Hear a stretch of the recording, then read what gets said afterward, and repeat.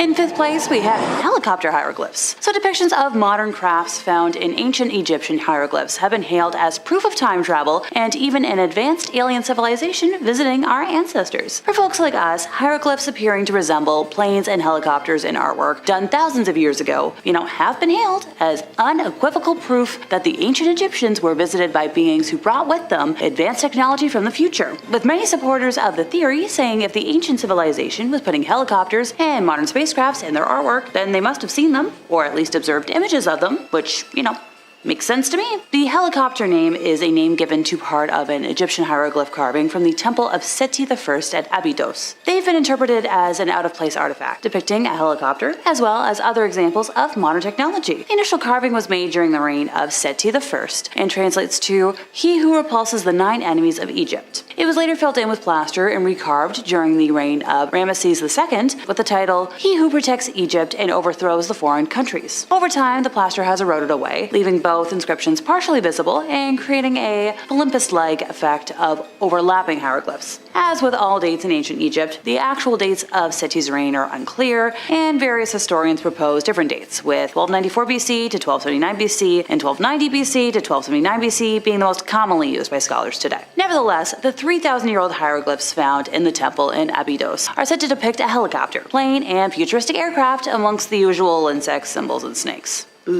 Snakes. One popular theory, known as the Ancient Aliens theory, is that, like I said already, the advanced race who brought details of futuristic technology to the Egyptians were visitors from a far-flung, highly advanced planet, visiting to share their knowledge with the primitive communities here on Earth. The beliefs claim these extraterrestrials were the ones behind the development of the pyramids, Stonehenge, and other world-famous monuments. And this is not the last I'll be talking about that today. Steve Mera is a UFOologist who tours the country giving talks on the research he conducts, and at UFO conferences, he produces these hieroglyphs as, part of the debate. During one talk, he pointed out that the helicopter, describing how it has what looks like a rotor blade and a rudder, also possibly a wing, they had to have the visual from somewhere. Once again. In 4th place, we have Nazca Line. On a high and dry plateau some 200 miles southeast of Lima, more than 800 long, straight white lines are etched into the Peruvian desert.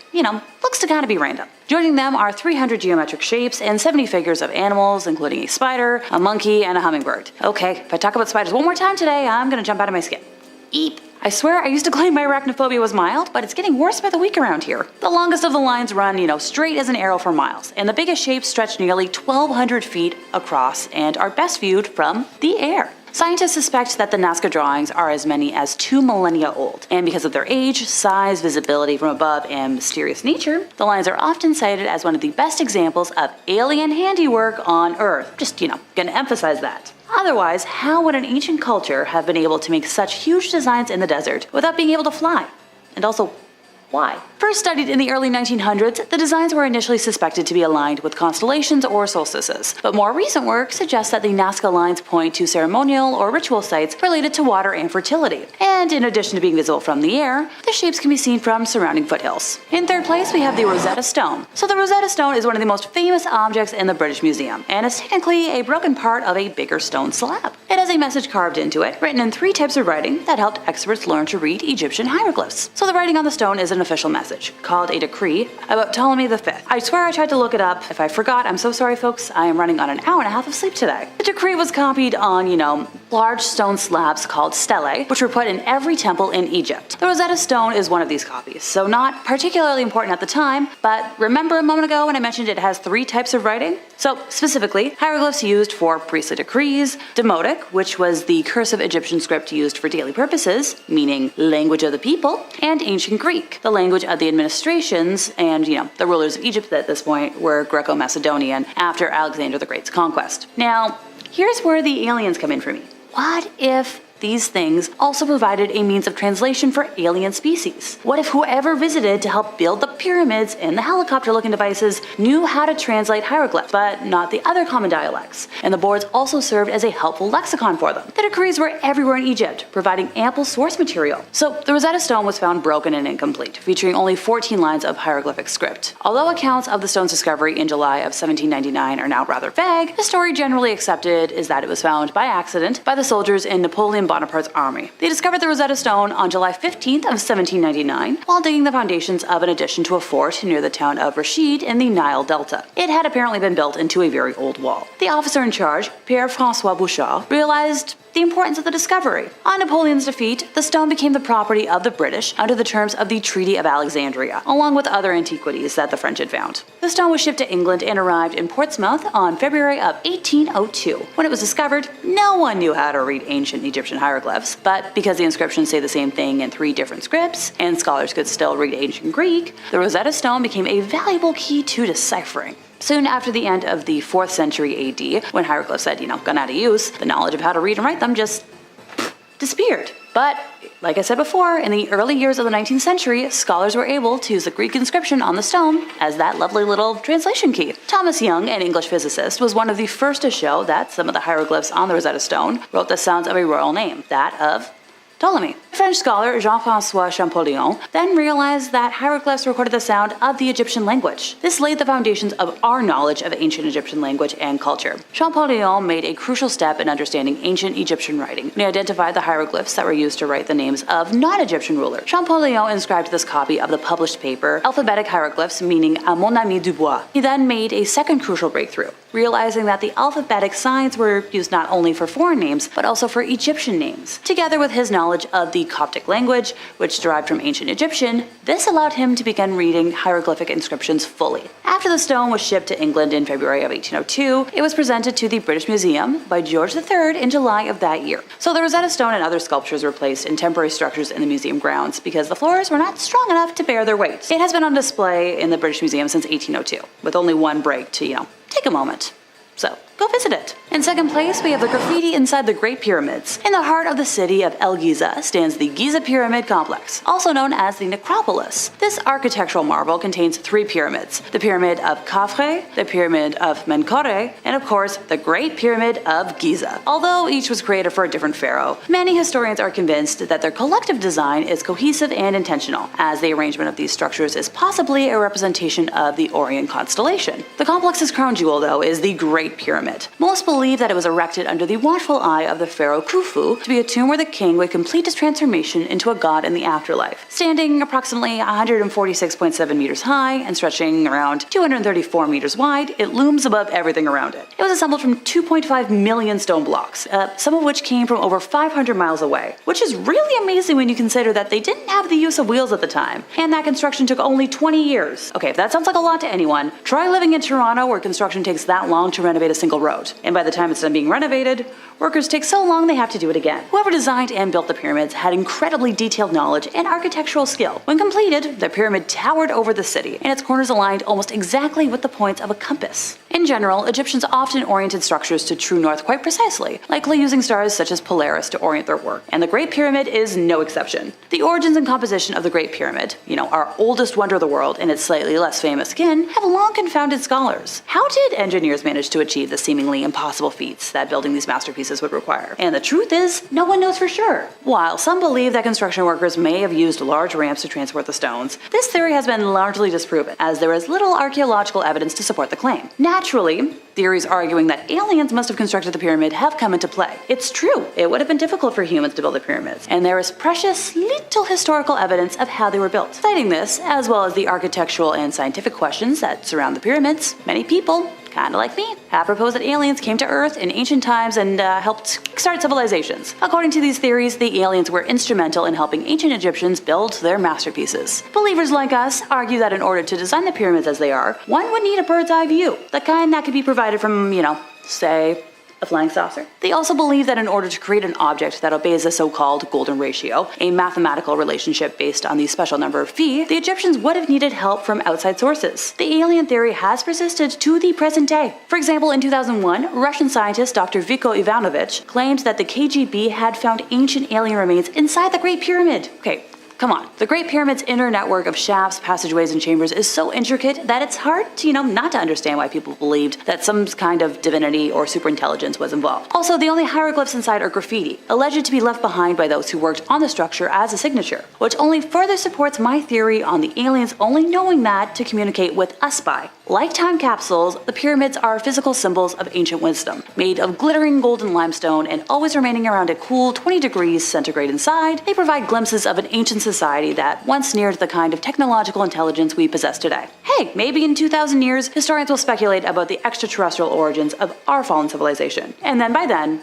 they'll be able to consult aliens for help. And in first place, we have Stonehenge. So, the mystery of Stonehenge has baffled historians for centuries. One of the never-ending questions about the ancient site is whether or not it contains hieroglyphs. And in 2015, a scientific paper was published by mathematician Dr. A. Lobin in the form of a diary. He discovered Egyptian hieroglyphs in Stonehenge and determined the site as the solar Egyptian temple of the god Atum. There are several other theories that suggest that the site may have been used to record messages or a story. One theory suggests that the stones themselves may have been carved with hieroglyphics. This theory is based on the fact that many other ancient sites, such as the pyramids of Egypt, were decorated with hieroglyphs. Another theory suggests that the stones may have been used as a giant sundial, with the hieroglyphics acting as a way to record the movements of the sun. This theory is supported by the fact that Stonehenge is aligned with the movements of the sun and moon. Whatever the true purpose of it is clear that the site was of great importance to the ancient people who built it. Speaking of which, who built that thing and why did they build it? Nabta Playa, as it is now known, is not easily accessible. It is thought that the stones are among the oldest astronomical alignments of megaliths in the world. They were built by a nomadic society in the early centuries of Stonehenge, and it is possible that they were built by an ancient civilization. Also, the tomb there was only filled with cattle bones, which is pretty unusual. My theory, and ergo why it made today's list, is that the anomalies point more towards alien advanced communication instead of isolated humans. Also, there haven't really been signs of human life, only cattle like I mentioned before, which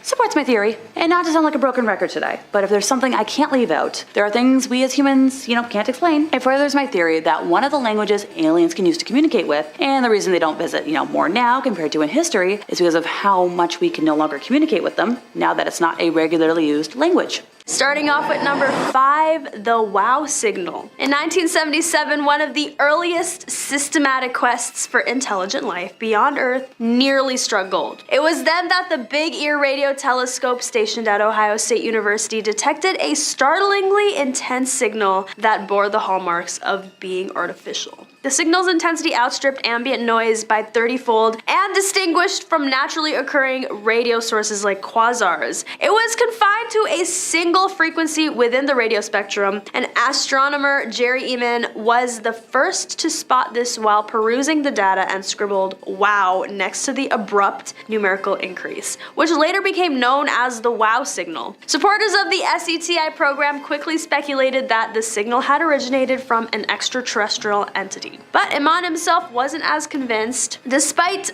numerous attempts to redetect the signal by aiming radio telescopes towards the same region, the WOW signal was never heard again. With only white noise being received, numerous theories about its source have been proposed, yet its true origin remains a mystery. In the search for intelligent life beyond Earth, the WOW signal has become a topic of fascination and debate. Some believe it to be proof of otherworldly beings attempting to communicate with us, while others argue that it was simply a fluke or natural occurrence. This intriguing event continues to spark discussions and research within the scientific community. One theory suggests that the signal may have been emitted by a passing comet or other celestial body, as this could explain the brief and intense nature of the signal. Others believe that it could have been a military transmission from Earth or even a prank. However, these explanations do not fully satisfy the peculiar characteristics of the WOW signal. Another possibility is that the signal was indeed sent by an extraterrestrial intelligence, but was only detectable for a short period of time before fading away. This could be due to the movement or rotation of the alien source, making it difficult for Earth-based telescopes to redetect the signal. Regardless of its true nature, the WOW signal remains one of the most significant events in the history of SETI and continues to fuel our curiosity about the possibility of intelligent life beyond our planet. With advancements in technology and ongoing efforts in the search for extraterrestrial intelligence, perhaps one day we will uncover the truth behind this mysterious signal. Until then, the WOW signal serves as a reminder of the vastness and mysteries of the universe and our more never-ending quest to understand it. So let us continue our pursuit in the search for intelligent life and remain open to the unknown possibilities that lie ahead. Who knows, maybe one day we'll receive another WOW signal or make contact with an advanced civilization from a distant corner of the cosmos. Until then, let us keep exploring and pushing the boundaries of what we know about our place in the universe. No matter what the future holds, the WOW signal will always hold a special place in our quest for understanding and discovering what lies beyond our world. It serves as a reminder that the search for extraterrestrial life is an ongoing journey filled with exciting possibilities and endless curiosity. And who knows what other surprises await us as we continue to explore the vast expanse of space. Number 4, first interstellar object in the solar system. In 2017, a historic confirmation was made by astronomers, the first ever detection of an object whizzing past the sun that originated outside of our own solar system. This foreign celestial body was given the name Oumuamua, a Hawaiian phrase translating to a messenger from afar arriving first. Oumuamua, distinctively cigar-shaped, reflected light at a rate tenfold compared to the asteroids in our solar system. Intriguingly, as it distanced itself from the sun, it sped up instead of slowing down, a phenomenon that contradicted the anticipated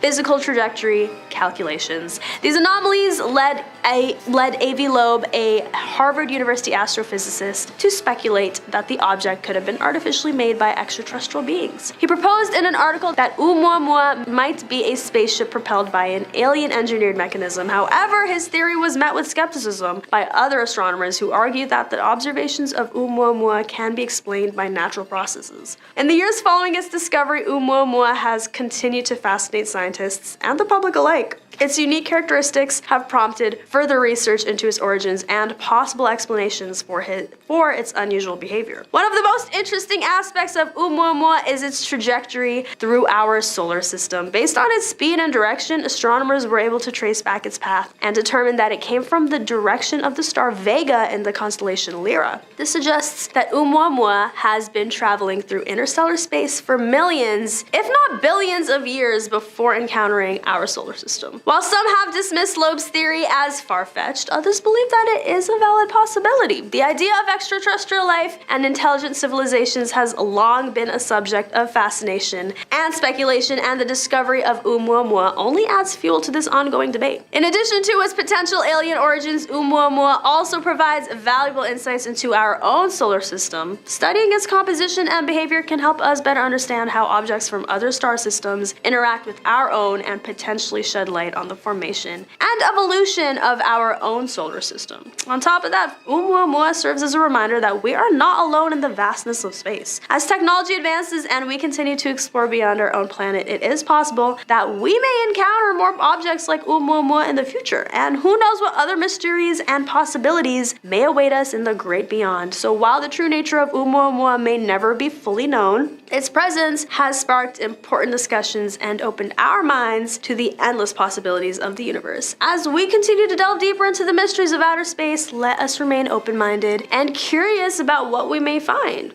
Who knows, maybe one day we will find definitive proof of extraterrestrial life or even encounter another Oumuamua-like object. The possibilities are endless. Number 3, life in the clouds of Venus. The detection of phosphine gas within Venus's cloud cover has caused some disquiet among the scientific community. On our planet, this gas, known for its disagreeable odor similar to spoiled fish, is typically produced by microorganisms. Although Venus's surface is far too inhospitable to support life, the conditions within its clouds may be conducive to microbial existence. This finding, however, sparked debate when an independent reevaluation revealed inaccuracies in the original data. NASA attempted to verify the presence of this gas in Venus's atmosphere, but subsequent investigations failed to detect any signs of phosphine. The discovery of phosphine gas in Venus's atmosphere has opened up discussions about the potential for microbial life on the planet. Phosphine, a gas typically produced by microorganisms on Earth, was detected in Venus's cloud cover by a team of researchers. However, this finding was met with skepticism when it was revealed that there were inaccuracies in the data used to make the discovery. As a result, NASA conducted further investigations but could not find any evidence of phosphine in Venus's atmosphere. Despite the setback, the possibility of microbial life on Venus remains intriguing. Scientists have long hypothesized about the potential for life beyond Earth and have turned their attention towards our neighboring planets in the solar system. And while Mars has been the primary focus of research due to its more Earth-like conditions, the discovery of phosphine on Venus has shifted the spotlight towards this mysterious planet. One of the main reasons why Venus is often overlooked as a potential location for life is due to its harsh surface conditions. With temperatures hot enough to melt lead and crushing atmospheric pressure, it seems impossible for any form of life to survive on the planet's surface. However, the atmosphere of Venus is a different story. Despite being mostly carbon dioxide and sulfuric acid, its upper clouds have relatively mild temperatures and atmospheric pressure, making it a more hospitable environment for microbial life to potentially thrive. Scientists are now exploring the possibility that Venus may have once had oceans similar to those on Earth. The planet's thick atmosphere could have kept it warm enough for liquid water to exist on its surface, creating a potential environment for life to develop. While it is still unknown what exactly caused the drastic change in Venus's climate, this new discovery of phosphine gas has opened up more questions and possibilities for the planet. On top of the search for microbial life, studying Venus's atmosphere can provide valuable insight into our own planet's climate. Venus is often referred to as Earth's evil twin due to its similar size and location in the solar system, but with such vastly different conditions on the surface. By understanding how Venus's atmosphere evolved into what it is today, scientists can gain a better understanding of the factors that contribute to habitability on the planetary scale. And for our number 5, we have Allen Hills 84001. On December 27th, 1984, a team of American meteorite hunters from the ANSMET project, which stands for Antarctic Search for Meteorites, found a fragment just like the other members of the NSC group of meteorites. This special fragment is also thought to have originated on Mars. However, it didn't fit into any of the previously discovered SNC groups. Upon discovery, they weighed this meteorite fragment and it was 1.93 kilograms, 4.3 pounds. And around 8 years later, in 1996, a group of scientists actually found features in the likeness of microscopic fossils of bacteria in the meteorite, which suggests that these organisms also originated in Mars. And of course, these claims made headlines, and US President Bill Clinton at the time even gave a speech about the potential discovery. But just like the other claims of life outside of our own planet, it was quite controversial from the very start. The wider scientific community rejected the hypothesis once all the unusual features in this special piece of meteorite were explained. Although it was just fossilized bacteria found, some believe it's a sign of life outside our own planet, whereas others believe this isn't proof of aliens at all. And this wasn't the only time they found fossil evidence, because on March 4th, 2011, NASA scientist Richard Hoover published a paper claiming to have found fossil evidence of cyanobacteria in carbonaceous meteorites. He actually observed slices of meteorites by scanning electron microscopes and identified filaments and structures that resembled the tiny single-celled algae. Some scientists were immediately skeptical because the study was published by a questionable journal, which was Cosmology. Other researchers believe the study was conducted thoroughly, but it was too soon to say for sure if the claim would hold up or not. Plus, in 1996, a team of scientists led by David McKay of NASA's Johnson Space Flight Center announced they had discovered evidence for microscopic fossil life in a meteorite from Mars. So maybe next time a meteor flies into our planet, start examining it for signs of life. And for number 4, we have Anaxagoras Arc. In ancient Greece, there was a philosopher who was known as Anaxagoras, and he provided scientific explanations for what seemed like supernatural phenomena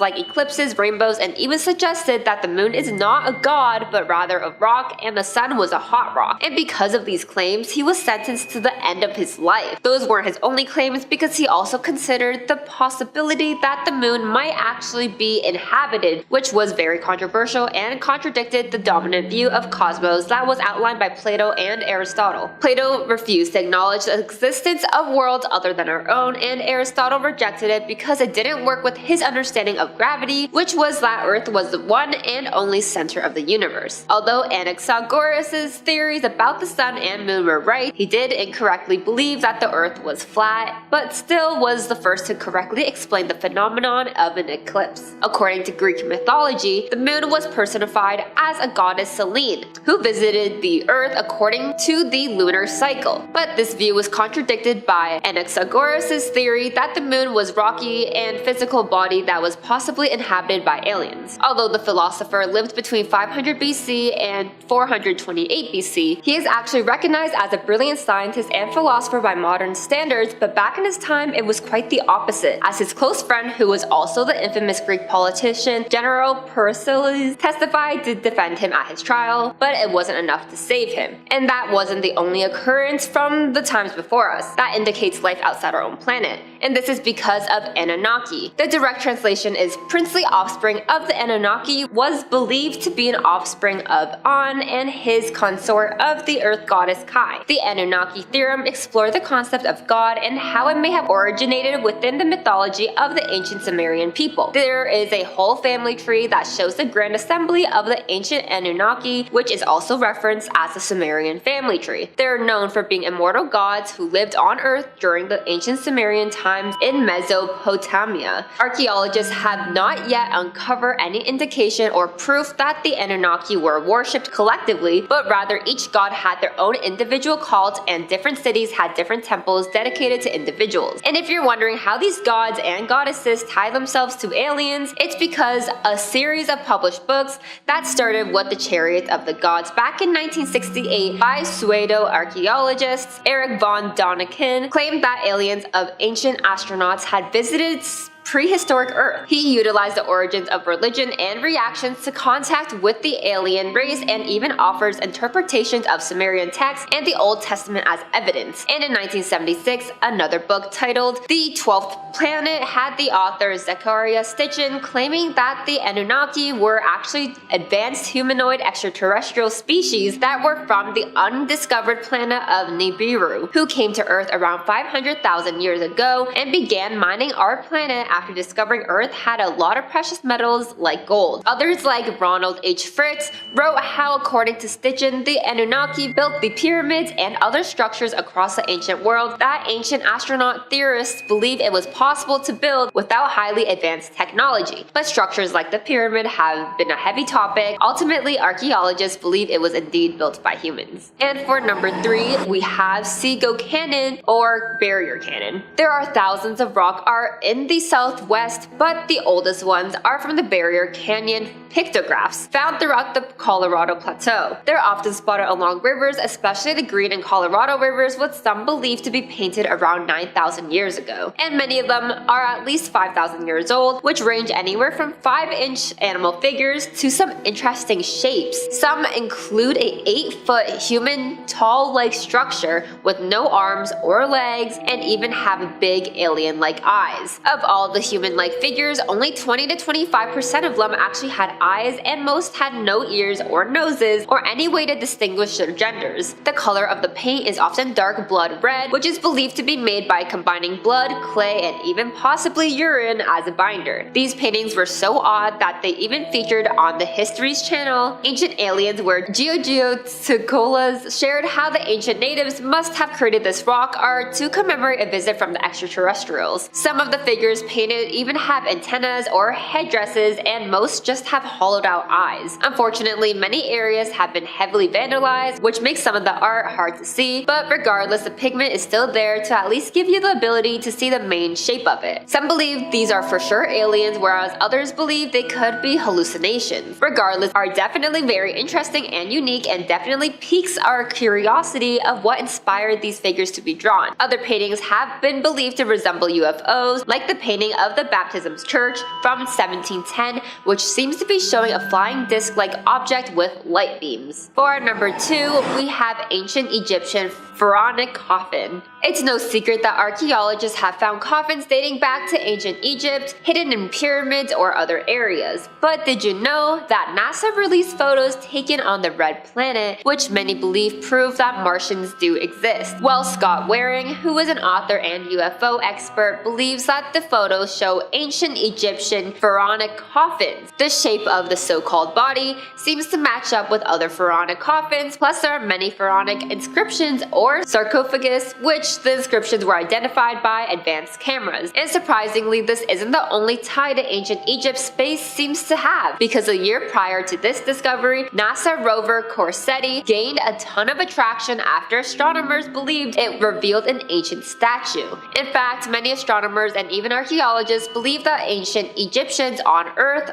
or pharaohs actually came from Mars. Apparently, others spot carvings that resemble faces and even unfinished statues, which some believe is what the Martians left behind. Waring describes the faces and differences between what we perceive as human figures compared to the carvings, which appear to also have an eye, nose, and chin, but very extended forehead, which Waring believes could mean it occupied a more advanced brain. Although many believe this is way too weird to just be a coincidence, none of this is backed up by scientific proof, but that doesn't stop archaeologists and the public in general to think otherwise. And for our number 1 spot, we have the NASA Viking lander. Back in 1976, NASA's 2 Viking landers touched the surface of Mars, and the probes conducted a host of biological experiments, which even included collecting samples of Martian soil to test for organic compounds. But what's so special about organic compounds? Well, it is the building block of life, and being able to detect biosignatures could allude to the presence of microorganisms. In other words, at least some form of life. However, the results were deemed ambiguous, but they really did find evidence of current microbial life in the Martian soil. And this wasn't the only time life was once seemingly on Mars, because a team of scientists at Penn State analyzed Curiosity rover data and found that Mars could have actually had more flowing water or rivers than once believed, and if there is water, there is life. In a study published by Geophysical Research Letters, the researchers determined that many craters covering Mars could have actually been habitable rivers. Benjamin Cardenas, who is a Penn State geosciences professor, stated Mars could have had far more rivers than previously believed, which certainly paints a more optimistic view of ancient life on Mars. And he also added, it offers a vision of Mars where most of the planet once had the right conditions for life. And just recently, NASA's Perseverance rover found another form of evidence of flowing water on Mars. In early December of 2023, NASA released photos that were captured, which shows a collection of rocks and pebbles around Mars's Jezero crater. So what's so interesting about rocks? Well, it's believed the rocks and pebbles that were visible in the photo were brought in by strong floodwaters from billions of years ago. Life ultimately doesn't equal the aliens we may picture in our head. And the reason why scientists are curious about water on other planets is because life started in water on Earth as it forms microorganisms, which leads to the formations of different or more complex aquatic organisms. And for life on land, scientists believe that animals and plants on land developed later on. It is almost a given that if a planet has water, there are much greater chances that it'll develop life forms. But what about other planets? Other than Mars, they often search Europa, which is a satellite of Jupiter. And it is a frozen world, and scientists even believe that there is a vast liquid ocean below the thick ice which may harbor life. Number 5. PEI Unidentified Fossil. In late August on Cape Egmont Beach in Prince Edward Island, Canada, a routine dog walk for high school teacher Lisa St. Coeur Cormier turned extraordinary when she stumbled upon a remarkable find, a 300-million-year-old fossil. During her walk with her dog Sammy, Cormier initially mistook the fossil for a tree root protruding from the sand. However, a closer look revealed a well-preserved ribcage, spine, and skull, sparking her curiosity further. Excited about her find, Cormier shared images of the fossil with her family. Her mother-in-law, in turn, forwarded the picture to PEI's fossil experts, including Laura McNeil from Prehistoric Island Tours. Recognizing the significance of the discovery, McNeil anticipated its potential impact on the island. Geologist and paleontologist John Calder, upon receiving the photos, recognized the rarity of the specimen and expressed a sense of urgency to examine it. Calder highlighted the scarcity of fossils from this period, emphasizing the importance of Cormier's find. Calder speculated that the creature lived during the Permian period, categorizing it as a rare specimen, possibly a reptile creature. The uniqueness of the find adds to its significance, potentially making it a one-of-a-kind discovery. Prince Edward Island has gained recognition in recent years for significant fossil discoveries. In 2018, fossilized footprints of pre-dinosaur reptilian predator from the Permian period were found on Cavendish Beach. Calder emphasized the island's prominence in the world of paleontology, attributing its richness in fossils to being above water during ancient times when much of Canada was submerged. And now it's sinking again. Humans are insanely irresponsible, oh my god. Concerned about the new fossil being washed away, Calder and a dig team made a substantial effort to retrieve it, given its location at the water's edge. The urgency stemmed from the need to secure the fossil during a brief window between the tides. Prince Edward Island's fossil legacy, displayed by Cormier's chance discovery, adds a chapter to the island's rich geological history, captivating paleontologists and enthusiasts worldwide. Number 4. Nazca Alien. In 2017, 2017, the Nazca Desert in Peru became the epicenter of a sensational claim that shocked the ufology community. A group of self-proclaimed researchers claimed that they had unearthed real alien bodies near the famous Nazca lines, igniting a fervor of conspiracy theories and speculations. The supposedly recovered extraterrestrial bodies were described as humanoid, with elongated skulls and three-fingered hands, resembling the stereotypical depiction of aliens that we are all very familiar with. The discovery was accompanied by videos and images showing off the unearthed specimens, furthering the belief that undeniable proof of extraterrestrial life had finally been found. To add a veneer of scientific legitimacy to their claims, the researchers claimed to have conducted DNA testing on the unearthed beings. They insisted that the results revealed a non-human, likely extraterrestrial origin. The anomalies in the genetic makeup, they argued, were inconsistent with any known terrestrial species, sparking intrigue and reinforcing the conspiracy narrative. Conspiracies surrounding the Nazca alien incident quickly intertwined with ancient astronaut theories. Some enthusiasts claim that the Nazca lines themselves were evidence of extraterrestrial visitation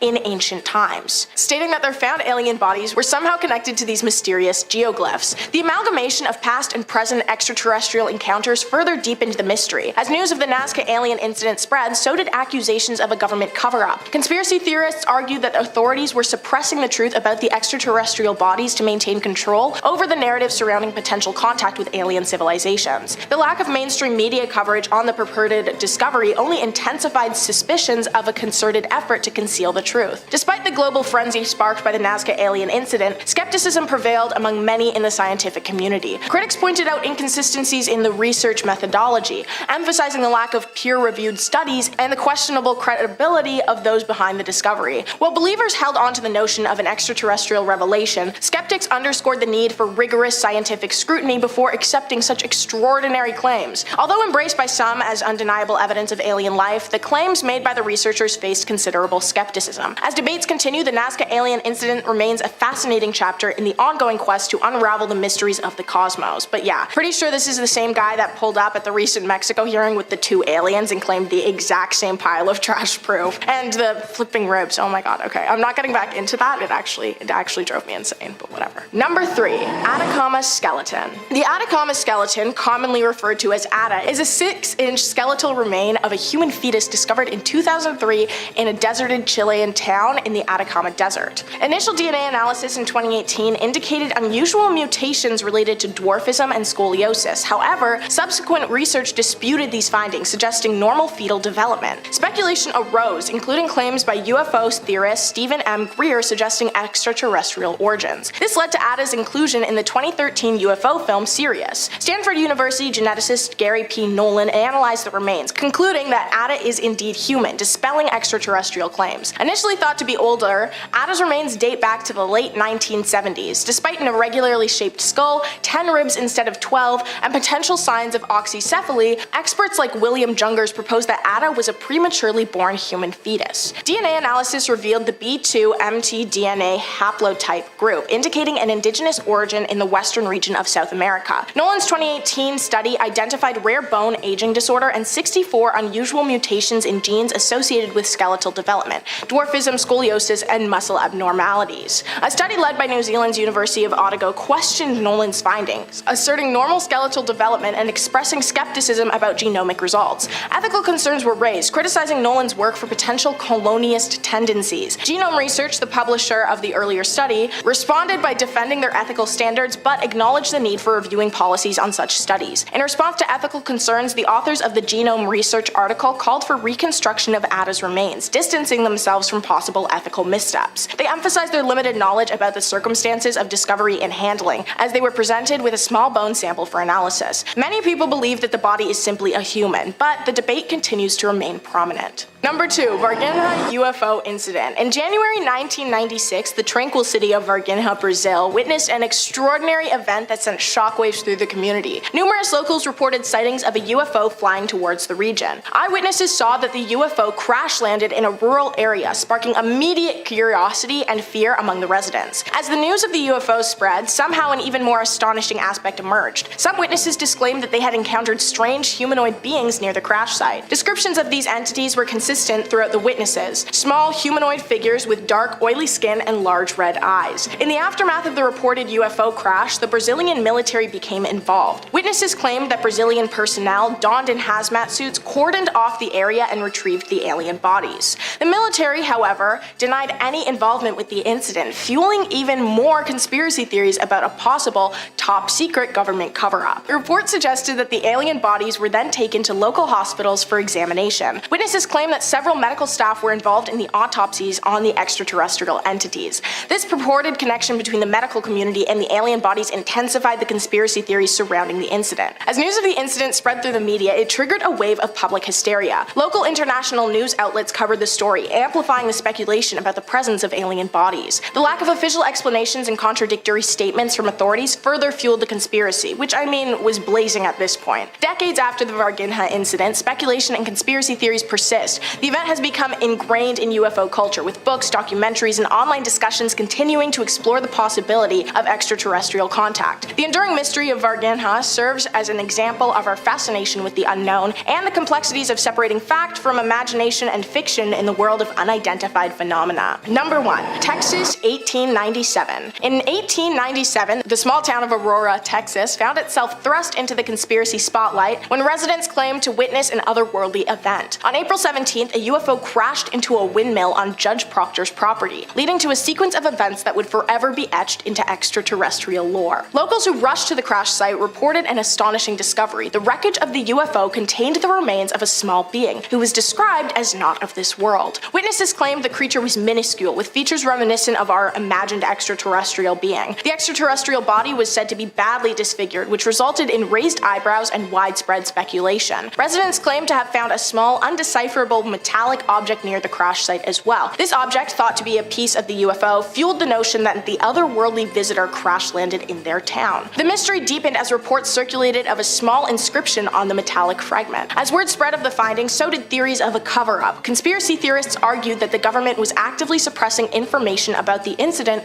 to prevent mass hysteria, and honestly, that doesn't sound too insane to me. The alien being was said to have left behind a message, possibly a form of extraterrestrial communication that could unravel mysteries of the universe. This speculation intensified the belief that the authorities were concealing profound knowledge about the cosmos. In a move that added an air of legitimacy to the claims, the townspeople gave the extraterrestrial pilot a proper burial in their local cemetery, a headstone marked with the final resting place of the alien, and with the epitaph describing the mysterious unidentified visitor as a Martian. This symbolic gesture further fueled the conspiracy, as Aurora became a focal point for those fascinated by the prospect of extraterrestrial life. While skepticism has surrounded the Aurora UFO incident, its legacy definitely persists in pop culture. The 1897 Texas encounter remains a cornerstone in the world of UFO lore, capturing the imaginations of those who believe in the possibility of extraterrestrial life, i.e., us curious minds. Number 5. Alien Task Force. In July of 2022, a government-aligned UAP organization was created, the AARO.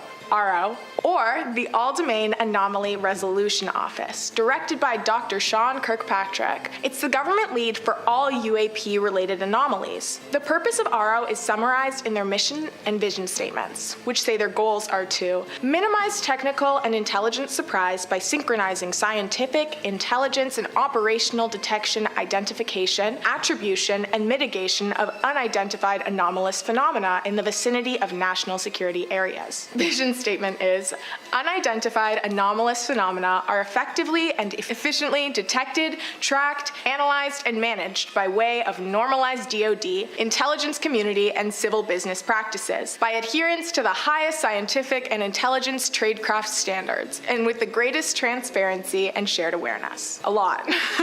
ARO reviews reports of UAPs and has received hundreds of reports. Dr. Kirkpatrick estimates that they receive 50 to 100 reports each month. They investigate each and every video and report using their scientific resources. The RO reports to Deputy Defense Secretary Kathleen Hicks. It is the first government office to be tasked with synchronizing efforts across the DoD and the interagency to collect, report, and analyze UAPs. They are taking a collaborative, objective, data-driven approach to their mission. The RO has a website that anyone can visit to check out all of this information for themselves. There are countless videos of UAP sightings posted to the government government-backed website. They are also working on a government personnel sighting report program for current and former government employees who may have knowledge of UAPs. ARO replaced the Unidentified Aerial Phenomena Task Force, UAPT, which only ran from 2019 to 2021. I personally think that the ARO is pretty cool. I mean, oftentimes alien conspiracists are shamed for not believing in science, but having an accomplished physicist show so much passion and determination for getting answers reminds us all what science is really about. It's about understanding the worlds around us, asking questions, making theories, and of course,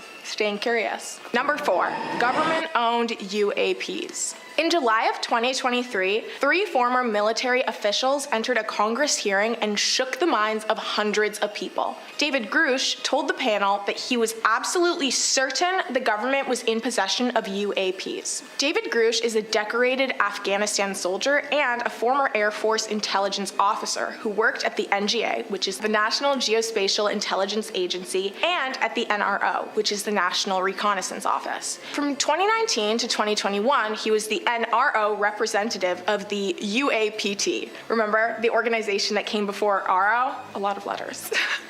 David was the co-lead for UAP analysis for the NGA. He assisted in drafting the National Defense Authorization Act of 2023, which includes provisions for the reporting of UFOs, including whistleblower protections and exemptions to non-disclosure orders and agreements. So clearly, he's a pretty accomplished man, and a man who is extremely knowledgeable of the events and conversations that are taking place in government settings, especially surrounding UAPs and Inhumans. David claimed that he was informed multi-decade Pentagon program that sought to locate, collect, and reconstruct UAPs. He interviewed over 40 people in 4 years and has come to the conclusion that the government is currently in possession of UAP. He said he actually knew the exact location of the technology, as the information was provided to him, the Inspector General, and some was provided to the intelligence committees. David claims that the program is funded above congressional oversight, being bankrolled by a misappropriation of funds. When asked if that meant there was money being taken out of other programs, yes, I have specific knowledge of that. David was unable to release more information regarding the funding, as he said it was classified. He stated that even though he didn't have any first-hand experience with UAPs, he knows several colleagues who have encountered and even been injured by them. The entire hearing was extremely telling. A lot of crazy revelations came to light, but UAPs weren't the only thing the government was accused of possessing and hiding, and they definitely weren't the most interesting thing either,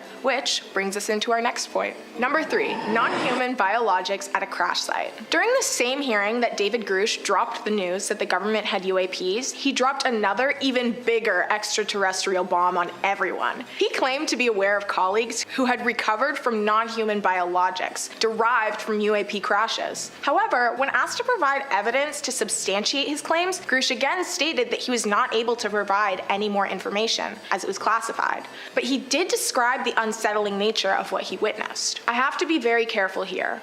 What I personally witnessed, myself and my wife, was very disturbing. Grush informed the panel that though he could not elaborate on everything in front of the public, he was able and willing to provide more information to select people in a sensitive compartmented information facility. He claims that his testimony was based on information given to him by trusted individuals, who all had a long-standing record of legitimacy. He said that the sources shared proof in photographs, documentation, and official oral testimonies. When asked if he had known of anyone who lost their lives due to inhuman materials, Grush responded, "I directed people with that knowledge to the appropriate authorities." Grush said that he'd suffered retaliation within the government for his decision to become a whistleblower, but he hoped that his coming forward would help with future transparency from the government to citizens. What inhuman biologics were seen and found are still a mystery, but many people have theorized as to what exactly Grush meant. He divulged that pilots who recovered from crashes had been affected by the inhuman biologic, which was the assessment that people with direct knowledge of the situation provided Grush.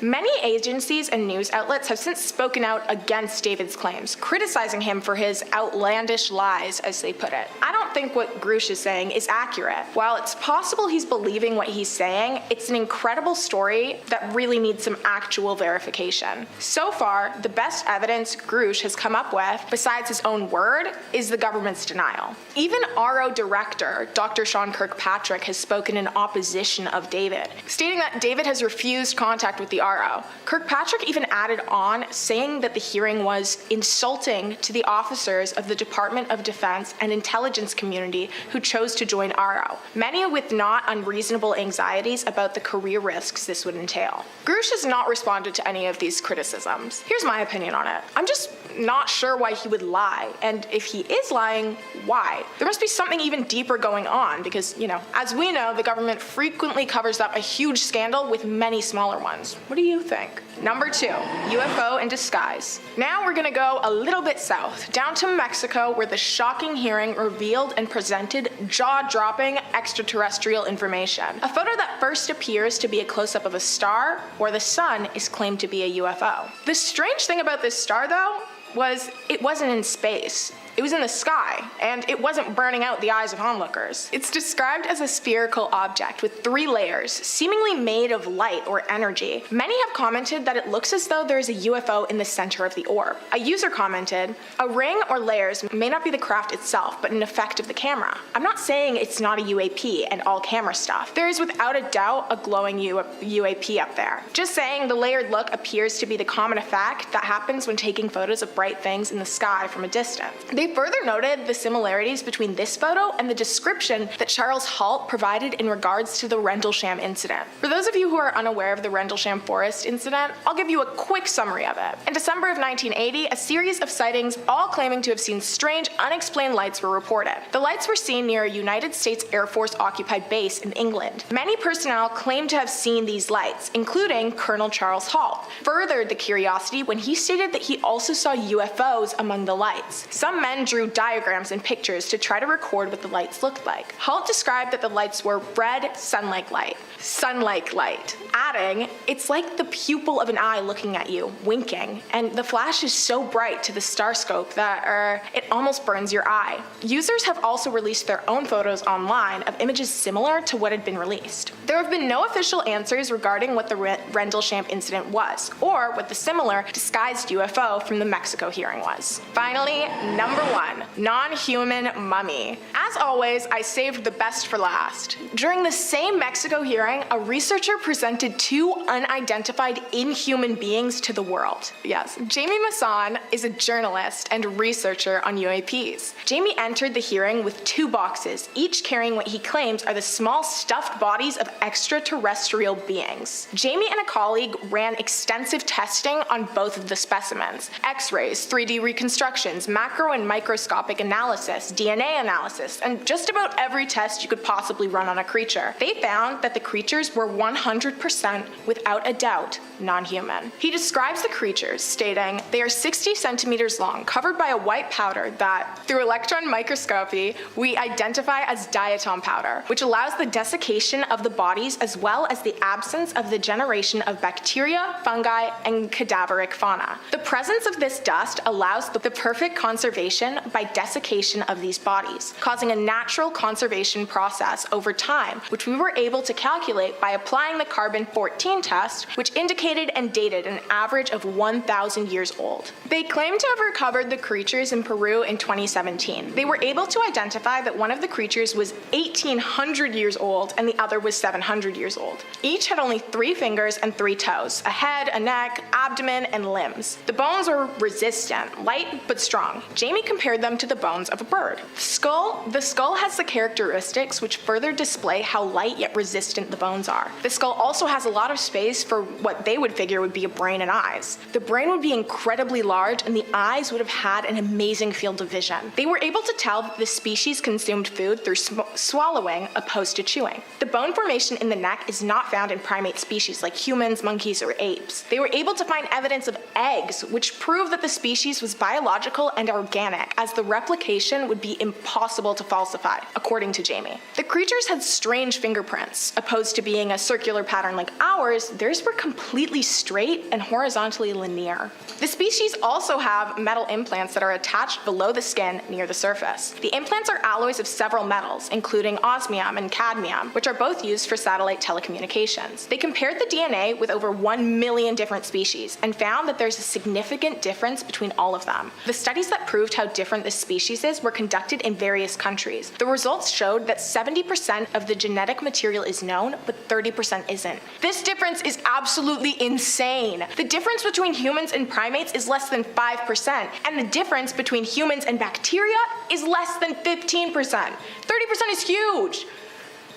Jamie closed his presentation by saying, "I can affirm that these bodies are 100% real, organic, and biological, that at the time they had a life and are irrefutable evidence in themselves. We are facing the paradigm of describing a new species or the opportunity to accept that there has been contact with other non-human beings that were drawn and pointed out in the past, in various cultures throughout the world, such as Peru, Egypt, and Mexico, and that today we can accept their existence among and with us." Many have challenged Jamie's claims, stating that similar discoveries have been forged in the past by him. They also added that they do not have any actual proof that any of the tests were ever carried out. But I don't know. It doesn't sound completely outlandish to me. I mean, humans do have a track record of wiping out humanoid species. I mean, just think of the Neanderthals. I wouldn't be surprised if humans just got jealous of the creature's superior intellect and decided, let's get rid of them. Number 2, fast radio bursts. In the vast expanses of deep space, mysterious and immensely potent radio wave bursts are being detected. These fast radio bursts, FRBs, varying from fleeting milliseconds to regular rhythmic patterns, were first identified in 2007, perplexing the scientific community since. Most astronomers researching FRBs lean towards attributing them to natural phenomena, but Loeb is unabashed in proposing that their origin could be tied to extraterrestrial technology. It's worth noting that one such FRB was recently confirmed to have originated from a magnetar, a highly magnetized deceased star. A highly magnetized deceased star. In the past decade, there has been a surge in the study of fast radio bursts, short-lived but powerful bursts of radio waves that originate from deep space. These mysterious signals have sparked much debate among scientists and researchers, with many theories being proposed to explain their origin. One such theory put forth by Harvard astronomer Avi Loeb suggests that FRBs may be the result of advanced extraterrestrial civilizations. This theory has garnered both praise and criticism, with some arguing that it is a far-fetched idea while others believe it warrants further investigation. However, many scientists caution against jumping to conclusions and suggest that more research is needed to fully understand FRBs. Some have proposed alternate explanations such as magnetars, highly magnetized deceased stars, as a potential source of these bursts. Regardless of their origin, the study of FRBs continues to be an active area of research in astrophysics. With new technologies and advancements in our understanding of the universe, it is possible that we may one day unravel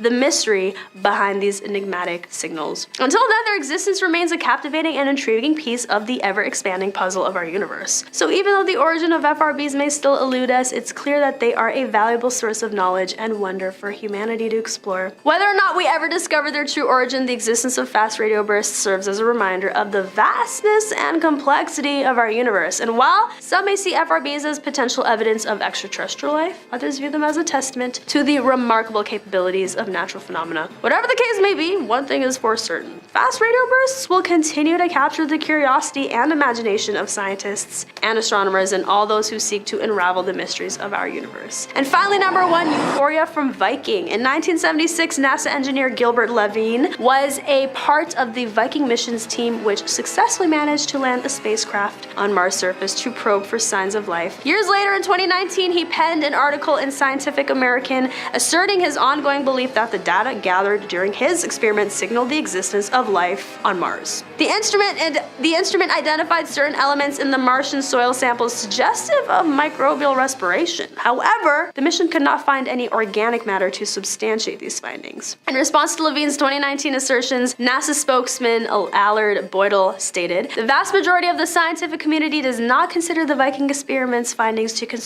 constitute the extraordinary evidence necessary to support such extraordinary claims. This was likely a reference to Carl Sagan's renowned dictum regarding any potential extraterrestrial discovery: extraordinary claims require extraordinary evidence. In the decades since the Viking mission, NASA has continued to search for evidence of life on Mars. The Curiosity rover, which landed on the Red Planet in 2012, has been conducting experiments and collecting data to shed light on this mystery. The discovery has led scientists to speculate that there could be a liquid water reservoir beneath the Martian surface, potentially providing suitable conditions for microbial life. Number 5, an Air Force landing cover-up. So, Quinn Nelson, who wants his location to stay private out of fear for his safety, knew a girl whose dad was stationed at an Air Force base in his state. At the time, there were 2 Air Force bases and 1 Marine Air Station, so he feels pretty comfortable making the story known with those details. Quinn says he went to go see the girl and stay with her family over a weekend, arriving on the Friday, just in time for family dinner. He and the girl decided to walk over to the base movie theater to enjoy some private time, and afterwards were walking back to the family's quarters in the company of many Air Force fellow,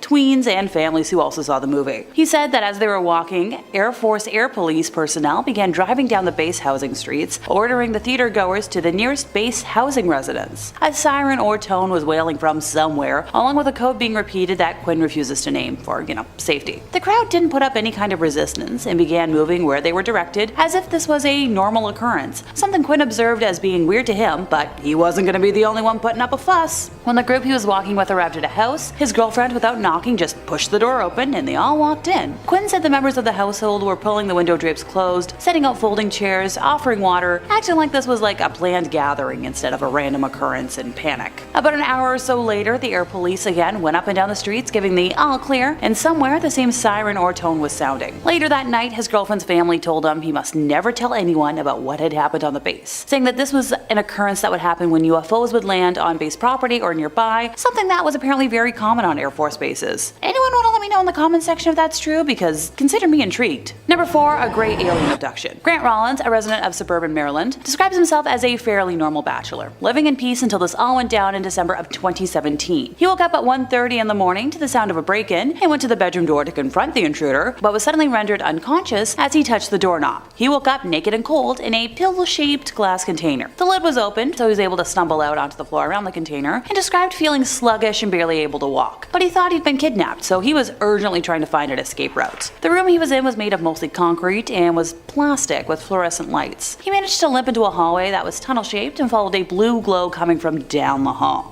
As he walked, he came out of the tunnel and entered a large cylindrical room lined with vehicles on hooks along the walls. They were human vehicles, so mostly Japanese and German cars and motorcycles, but some vehicles were clearly from the American military. In the center of the room was what looked like a metal tree that was 6 stories tall with glowing blue leaves. Now, as Grant stumbled closer, he realized the tree was actually a large metal cylinder, and the leaves were capsules similar to the one he'd woken up in, except these still had people inside them and were radiating a neon blue glow. As he paid more attention to higher up in this tree, Grant noticed some blue wires moving around in the dark area towards the ceiling. These clumps of wires suddenly floated down towards him and turned to reveal that they had faces in them, each with 2 large dark eyes and narrow slits for noses and mouths. He's compared them in appearance to the typical gray alien face from popular media, with 2 of the faces frowning and 1 smiling. Grant passed out once again, waking up later face down in a puddle of his own drool on a glass floor. He was too tired to get up and barely able to tilt his head up just enough to take a look around. The room was circular, about 150 square feet in size, and a bright, sterile white color. One of the tentacled creatures was in the room, but was busy facing away and operating a set of strange controls with no buttons or levers. Out of exhaustion, Grant's head fell back down, and through the glass floor saw that they had risen out of a deep black hole that was dug into a grassy plain where a rock-shaped lid closed around the hole to cover it. This is when he realized he was in a spacecraft and had actually been in a silo of some sort that's here on Earth somewhere. Grant passed out for the last time and was awoken by the sensation of being dropped back head first onto his bed with a hard thud. He checked his phone for the time and saw that it was around 6:30 in the morning. Later that day, he found an object that had been inserted and cauterized into his right leg and experienced a run-in with some men in black suits within 4 days of the abduction. Grant claims that he never believed in abductions, UFOs, men in black, anything out of the ordinary before that day, but now he doesn't have a choice in the matter and is annoyed that there's no official place to get legitimate information or help on the subject. I'm hoping that after talking about this, I don't see any men in black on my way home today. Number 3, the Voronezhsky abduction. So 34-year-old Vladimir Voronezhsky and his wife, 29-year-old Olga, were at home with their very young son Arthur and their daughters Vanessa and Angelica one night. Olga had asked the daughters to run an errand, and while returning home, both saw an unusual object in the sky, rushed home, and told their family that they had seen a flying star. When the adults went outside, they saw a distant hovering object in the sky that seemed to move and change shapes. Olga managed to take a photo of the object with her cell phone, but the photo only shows a yellow spot or elongated strip with a black background. The family went back inside, had supper, and, went to bed. And while I would love to to end this here. Y'all know better about how this is about to go. At around 2 a.m., Vladimir suddenly awoke and saw that the whole room was lit by a whitish violet light and tried to wake Olga, but she refused to wake up, so he went back to sleep. The bright lights woke up their youngest daughter, Angelica, who ran to wake her mother, so Olga eventually did wake up, saw what the other two had seen, and then woke Vladimir back up. He was amazed to see that the ceiling of the room had apparently disappeared or become totally transparent. Now, right above them, instead of the ceiling, they could see the open sky and a huge disc-shaped craft hovering right above. Vladimir and Olga ran outside their home, still in their PJs, and could see a hovering disc-shaped UFO emitting the strong lights about 100 feet away. Olga began floating, zooming upwards in a spiral motion, and when Vladimir tried grabbing her legs, he discovered he couldn't control his body. Olga described feeling nauseous, unable to control her body as well. In a state of shock, the couple found themselves teleported inside a room with transparent walls and no furniture. Moments later, the duo witnessed 12 entities enter. The humanoids were short, around 4 feet tall, having 3 fingers on each hand and large heads with smooth gray skin. Now, Vladimir didn't notice any mouths, noses, or ears on them, but noticed their large, black, pupilless eyes. The entities had no visible legs and were moving around like caterpillars. They wore a completely sealed, tight-fitting coverall with masks and hoods that covered their bodies. Only one of the aliens was taller than the rest, easily over 6 feet tall, and stood behind the other small humanoids, with his face not being visible under his outfit. The short entities approached Olga first, placing her in a deep armchair which resembled a gynecologist chair, prompting Vladimir, who was now unfrozen, to attempt to rush towards her, but he ran into an invisible wall or force field. 2 of the aliens approached him now, and he asked, what's going on? And they assured him telepathically that soon you will be back home. Oh yeah, nothing to be afraid of. Vladimir became rightfully angry and attempted to push the aliens away, but was thwarted by more entities grabbing him in an attempt to restrain him. The aliens asked him why he resisted, staring straight into his eyes each time they communicated, telepathically, before inserting 4 metallic rods into his chest area, paralyzing him completely. From that moment on, he was unable to move, and could only stand there helplessly and watch the aliens experiment on Olga. Somehow they were able to cut into her stomach without her noticing, or using any kind of known surgical instruments. She sensed the smell of her inner organs, feeling unpleasant, but no pain, only tranquility and relaxation. And modern human medicine could apparently stand to learn a thing or two. The aliens seemed to be taking samples from her body and organs, and were apparently now using different instruments to study the organs inside of her abdomen. Olga was only able to describe that one looked like a pair of pincers and had 3 clamps. After the strange procedures, the aliens closed and sewed up her stomach. Before the abduction, Olga had been bothered by stomach pains, but after that day, she never suffered from them again. Apparently, the aliens were more interested in communicating with Vladimir, explaining to him that the female is the entity in a stage less developed than the male entity, which I'll beg to differ. The smaller humanoids respectively called the taller humanoid by a word that Vladimir has loosely translated as the professor, who explained to Vladimir that their society was like a huge ant colony. After Vladimir was brought in front of the professor, he asked the entity why they had taken him and his wife, with the taller being answering that it had to be done. Both witnesses understood that having such feelings was, the central interest of the aliens. The tall alien said, we don't understand you. Why haven't you, intelligent animals, destroyed yourselves yet? How can you survive with your emotions? He said that there was a space war going on at that time in the universe, and that the entity that we call God has implanted much information into Earth and the waters of it. Those who are against God, want that information destroyed. If the Earth is going to be destroyed, the Son of God would arrive to Earth again and will restore everything living it. Well, I think I've heard that story before. Through the transparent surface of the cabin, the duo could see the planet Earth approaching and felt that their spacecraft was slowing down. The couple was returned then back to Earth the very same way they were abducted. First in the smaller module, and then the large disc-shaped craft, and then through the roof of their home inside a beam of light. At 11 a.m. the next morning, Vladimir and his wife awoke, and a while passed before they talked about what had occurred. But after analyzing the mutual identical memories, they understood that what had happened had not been a dream but reality. The whole family underwent extensive medical tests to see if the aliens had left behind any implants and to try and find any traces of surgery. By some mysterious manner, Vladimir lost his gray hairs, and his physical powers of endurance increased after the abduction. Olga was cured of her chronic colitis and gained the ability to make a drunken man sober by placing the palm of her hand on the man's forehead for 2 to 3 minutes. It's a pretty neat ability, but I'm not sure I want to undergo testing for it. Number 2, lizard beings from Colorado. Back in 1968, Hannah and her family were living in a small town in the west end of Montrose County called Uravan, Colorado. One early summer morning, she was awakened by the barking of the family dog named Tippy outside her bedroom window, which was unusual for the pup, who usually only barked when someone or something was in a yard that wasn't supposed to be. Hannah remembers waking up out of a deep sleep and hearing Tippy constantly barking and wondering why her older brother, who slept in the bunk above her, and her parents sleeping in the bedroom on the other side of the wall, weren't telling Tippy to quit it. So finally, Hannah was fed up and decided to turn over in bed and look out the window, and was met with a sight she didn't believe at first. There it was, a small circular ship with its landing gear down and a hatch with stairs folded down to the ground. Next to the ship were green lizard-like beings with bright yellow eyes, webbed hands that resembled a bow and arrow, and had some sort of tanks on their back. They had thin bodies, were covered in scales, and had V-shaped toes. According to Hannah, the overall mood was that these beings were searching for something, but she had no guesses as to what. Another alien exited the ship, but it was much larger in size than the others and seemed to be giving out orders. This caused Tippy to begin barking aggressively again, upsetting the aliens who began to approach the dog. Hannah instinctively jumped off her bed and rushed into her parents' room in an attempt to wake her mom, but struggled. Her mom slept as if something was wrong, and when she finally awoke was incredibly sluggish in movement. Hannah explained what was going on outdoors and her concern for Tippy, but the mom was unable to see the creatures and wanted to just go back to sleep. Hannah's mom eventually also told her to, sleep away from the window. And before she fell back asleep, she remembered seeing two of the lizard beings looking in her room through the window and no longer hearing any noise from Tippy. When morning came, Hannah rushed outdoors in her PJs to, check on her beloved pet, and Tippy was waiting like nothing had happened. The occurrence was never discussed between Hannah and her mom again until shortly before her mom's passing in 2016, when she asked Hannah if she remembered seeing the lizard people and their ship in their yard in Colorado. Creepy. Number 1, 7 donuts in the sky. On May 19th of 1952, an aircraft flying an RB-36 aircraft reported spotting a series of several donut shapes appearing in the sky, and were able to take photographs to accompany their incident report, which can be found in national archives. The crew of 22 reported flying just south of Sonora when they originally spotted the phenomenon, stating that the plane was headed on a 301 degree heading at 18,000 feet,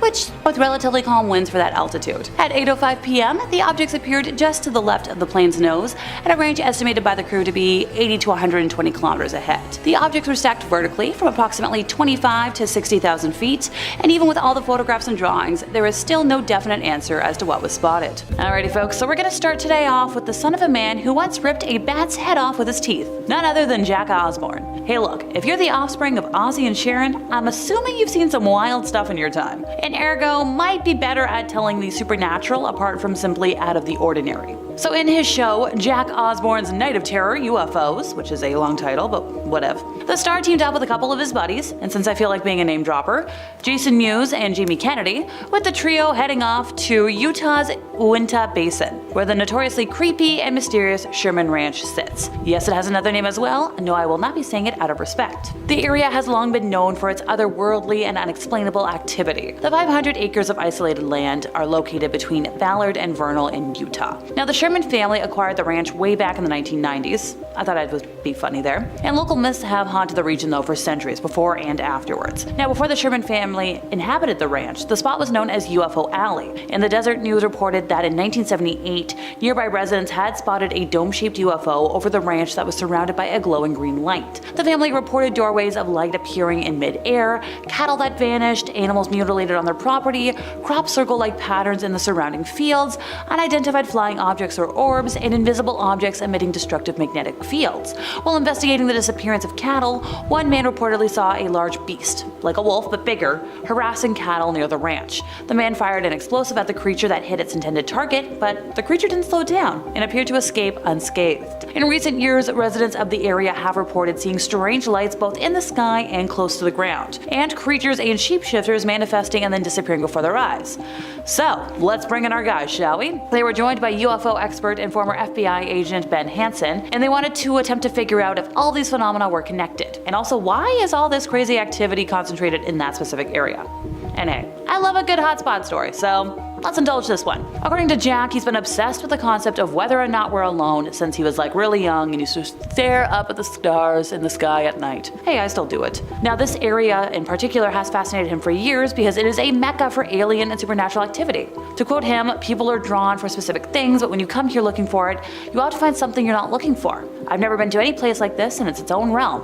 Alrighty. So thankfully, Hansen brought a grounded and thorough understanding and knowledge, about UFOs to the table, whereas Jack's buddies were responsible for the comedy relief. You know what, Kennedy confessed, I'm okay if I see an alien along the way, as long as it doesn't mess me up. Okay, nobody tell him about Betty and Barney Hill, or anything else I ever talk about on here. So on the second night of their investigation, powerful lightning ripped through the area. Jack even said, it's like something doesn't want us to be here. And there was more than a little indication that he was right. Is this where I say, no SHIT, Sherlock? So he decided, you know what, I'm gonna try the night vision goggles. Always a fun little gadget, and that's when Jack saw something really odd trekking very quickly through the desert. Upright like a human, but then it just vanished. To quote him, "I swear to God, I effing just saw an S-walker. And we got it on effing tape, dude," which was what he told its producer, referring to, the shape-shifting witch of legend that morphs into various animals, like wolves or bears. And the evidence didn't stop there, leaving them convinced that the area was a supernatural melting pot, which, obviously. Moving along, we've got out-of-this-world level security. Look, I guess since the US government covers up so much alien and UFO stuff, it makes sense that it could be one of the places aliens are either forced to work at or just work at for safety in our world. There's a saying that the internet never forgets, and that's certainly true of old videos that kind of refuse to die. So this video in particular shows a US Secret Service agent who a lot of us think might be a reptilian shapeshifter. Now this is back from 2013. This is over a decade old now, and it stems from a speech given by former US President Barack Obama at a policy conference, and it was held by a lobbying group known as AIPAC. In the video, conspiracy theorists zoom in on the Secret Service agent and accuse him of being a reptile, saying stuff like, "This was the day that the government was caught with a reptilian Secret Service agent in HD and they didn't deny anything," which kind of raises some obvious questions such as, I don't know. If the government was trying to hide its reptilian agents, why put one in a highly visible position at a televised event? If reptilians are capable of shapeshifting to look like humans, why not just shapeshift into something less obvious, like a table, or a chair, or a microphone? Do shapeshifting reptilians get full pay and benefits, similar to government employees? Look, while this might be considered a conspiracy theory, I looked at the footage myself, I believe it, and also, with the hours that Secret Service must have to keep, it makes sense that a more advanced race would be best in charge of protection guidelines. Now, I did read a story published by Wired way back when, and there was a quote from Caitlin Hayden, spokeswoman for the National Security Council, in which she refers to the budget cuts at the time, saying, "I can't confirm the claims made in this video, but any alleged program to guard the president with aliens or robots would likely have to be scaled back or eliminated in the sequester. I'd refer you to the Secret Service or Area 51 for more details." I guess alien guards got a raw deal during the sequester. Now, the White House didn't clarify if its reptilian Secret Service agents are subject to the furloughs without pay that were affecting federal employees at the time. That might have prevented Obama from falling into the clutches of an intergalactic conspiracy, which, who knows, maybe the president was in on it from the start. One theorist claims that he literally looked for the video everywhere and couldn't find it. The only place it existed now was Reddit. So if the government was trying to hide the video, it's doing a really bad job. This theory's been floating around for years. I'm not the first one to say it, I won't be the last. Also, one of the more prominent promoters was David Icke. So this whole thing is pretty sure that this race of reptilians is secretly controlling the world, pulling the strings in major human atrocities. Now, David, who is English, has been barred from holding events in countries like the Netherlands and Germany because of his theories. I don't know, folks. What do you think? I saw the footage. I think it's real. Okie doke. So now we're in the middle of the pack, and this one is my personal favorite footage, I think, ever. Right here on the interwebs, I declare Melania Trump is a shapeshifter. Does anybody else remember back in 2017 to 2020 when Donald Trump was in office and videos of Melania looking a little off took over the internet? Specifically, the first hashtag fake Melania seems to have landed on October 13th of 2017 when a video of Donald and Melania in a news segment was uploaded to Facebook by Andy Wagner. So in the segment, Trump was talking to reporters when he mentioned Melania, who happens to be right here, he said. He gestured to the Melania-esque sort of looking woman in sunglasses next to him, and she didn't say anything, but she does a lot of nodding. So a couple days later, Wagner put it on YouTube, then she tweeted about it a few times, and then it went viral, and now, fake Melania. So after that went viral, Stephanie Grisham, the First Lady's communications director, went on CNN to do some damage control, saying that, once again, we find ourselves consumed with a ridiculous non-story. We could be talking about the work the First Lady is doing, including the opioid crisis that is gripping the nation. Good attempt at taking the conversation in another direction, but I took PR in university. Try better. Here's my theory. What if Melania is an alien shapeshifter and the photos and videos caught her on an off day where she wasn't at full power? Similar to Superman, maybe there's something in our universe that acts as a kryptonite of sorts for her, which is why she's so reclusive in her ways. Fake Melania kind of put the First Lady's reserved approach to her post in the East Wing under a magnifying glass. She stayed in New York City with her son for the first 5 months of Trump's term, and rarely gave public comment in the first 2 years, which is a good way to avoid scrutiny from eagle-eyed folks looking for proof of alien DNA. A source close to Melania claimed that she wasn't really keen on being in the White House, and she even disappeared from public life for weeks. Maybe she was visiting alien relatives. Eventually, her office attributed the absence to a kidney ailment. So even though the White House tried to bury all of this, the meme came back one more time when Trump and his wife visited Alabama. And then, a couple days afterwards, was spiking. Eventually, it settled. Eventually, Trump had to weigh in on Twitter and said, "The fake news photoshopped pictures of Melania then propelled my conspiracy theories that it's actually not her by my side in Alabama and other places." Hey, maybe that's why Trump's so batty. He's around alien tech all the time. Ever tried that on for size? Alright, next up, one has to ask, do aliens rule the world? Look, I've already talked about possible aliens in the White House. It's not that much of a stretch to guess that maybe part of the royal family might be of alien descent. May the former Queen of England absolutely rest in peace, but honest to goodness, I don't think anybody lives that long without having some sort of secret. So if you look closely at the video in question, particularly at the Queen's eyes, something is just a little off. Being in power for 70 years without slipping up in one's disguise is a feat I absolutely commend her for. But at the same time, after that faux pas, she retreated more and more from public events, probably to protect her identity. Look, I'm not the only one with this theory, and I know it. There's quite the popular theory out there that Draconian Martians are a superior race of being, and over time they've traveled to Earth and either organically become our leaders or replace those already in charge to lead up to their end goal, whatever it may be. And before somebody says that's far-fetched, similar tales exist all throughout history, dating back to fairies and changelings, which is honestly something I also believe in. And I'm guessing you do too, or else you wouldn't be here. Alrighty folks, so I'm gonna end today's list with what might be a controversial take, so bear with me here. What if I told you that on a remote ranch in Oaxaca, Mexico, a farmer named Roman Ochoa claims to have witnessed something really nuts? So let's just picture this right now. It's not like all the other footage today. This mysterious creature, neither fully man nor beast, seemingly caught in the act. So Roman is the owner of the Ojo de Agua Ranch and has a tale that kind of is a mixture of mythology, werewolf folklore, but you've got a bit of a dash of extraterrestrial intrigue, which is why it fit this list. He swears by the existence of naguals, beings believed to have the ability to transform into their spirit animals. In this case though, it's not just a run-of-the-mill shape-shifting scenario. It's a man morphing into a werewolf, and happening right on his ranch. Now according to Roman, the man in question didn't stumble upon this extraordinary power by accident. And it's not a curse, not a magical mishap. The werewolf abilities were bestowed upon this individual by an alien. Yeah, so an extraterrestrial entity allegedly granted the power of metamorphosis to this unsuspecting earthling, ergo, alien shapeshifter. Now let's talk about the evidence. We do have a picture capturing the transformation in progress. The creature in question, halfway between man and werewolf, stands on all fours, paws eerily resembling human feet. Imagine being inches away from such a spectacle, and despite the proximity, Roman insists that the ranch workers remained unharmed. How's that for a close encounter? Look, the implications are staggering. After everything I've talked about today, shape-shifting aliens granting extraordinary powers to humans in our world? Are we witnessing the intersection of ancient mythologies and extraterrestrial inventions? Who knows? Maybe I should go visit that ranch. In 5th place, we have Skinny Bob. Yes, I'm aware this is a controversial series of videos, but I truly believe that there's enough to believe to prove the validity of the clips. A very curious video showed up on YouTube in 2011, showing a collection of leaked videos that allegedly shows an alien being interrogated by some sort of government agency, possibly the KGB. If I go missing tomorrow, y'all know why now. An alien that looks like a typical gray-type entity is shown being interviewed and examined, supposedly as part of some sort of diplomatic exchange. The creature is described as being from the Zeta Reticuli, star system, sent as part of an envoy to discuss matters of mutual concern. According to the videos, the aliens would be escorted by special officers and only meet with high-ranking officials. Pretty formal. Although several aliens are claimed to have been present, the one most prominently featured has been given the nickname Skinny Bob. The alien appears as a very thin, slouched-over figure with an oversized bald head, slit-like mouth, large eyes that seem expressive and blank, and claw-like hands. There was apparently a whole series of interviews conducted with the creature between 1942 and 1969, although only a few clips have managed to get leaked out. The most well-known clip simply shows Skinny Bob sitting at a table, apparently in a telepathic interview, after which we see footage of the alien from head to toe, showing its disproportionately long arms and overall build. After that, there's a shot of it within a pool of some sort of liquid where it would supposedly sleep. I guess that's where we got the idea for a waterbed. According to the videos, the aliens were often filmed without their knowledge or agreement, with document 072/E supposedly describing an incident in 1961 where 3 of the beings realized they were being secretly filmed by a hidden device, which was considered a violation of their agreement. Now, I don't know about you, but I wouldn't want to cross an alien.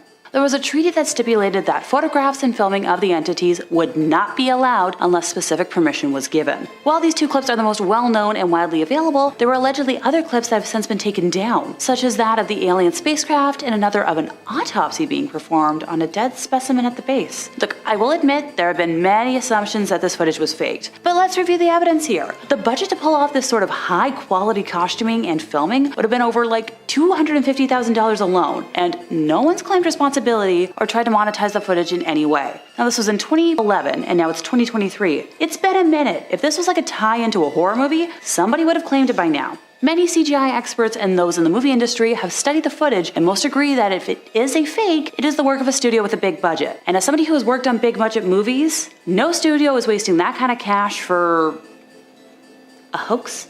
In fourth place, we have a glimmery alien from Florida. Oh, before I forget, from this point on, all stories are from the mouths of former astronauts, who happen to be some of the most credible witnesses of UFOs and alien life out there. They're literally trained in spacecraft identification and screened for mental stability and vision perfection. Take that, skeptics. In October of 2014, former space traveler Adam Maloney was walking his dog in the Pembroke Pines, Florida neighborhood, and came around a curve in the sidewalk and, street. He noticed something unusual and stopped walking, staring at it, trying to figure out exactly what he was seeing. Now, his dog seemed more annoyed that Adam had just stopped. The dog refused to move or bark.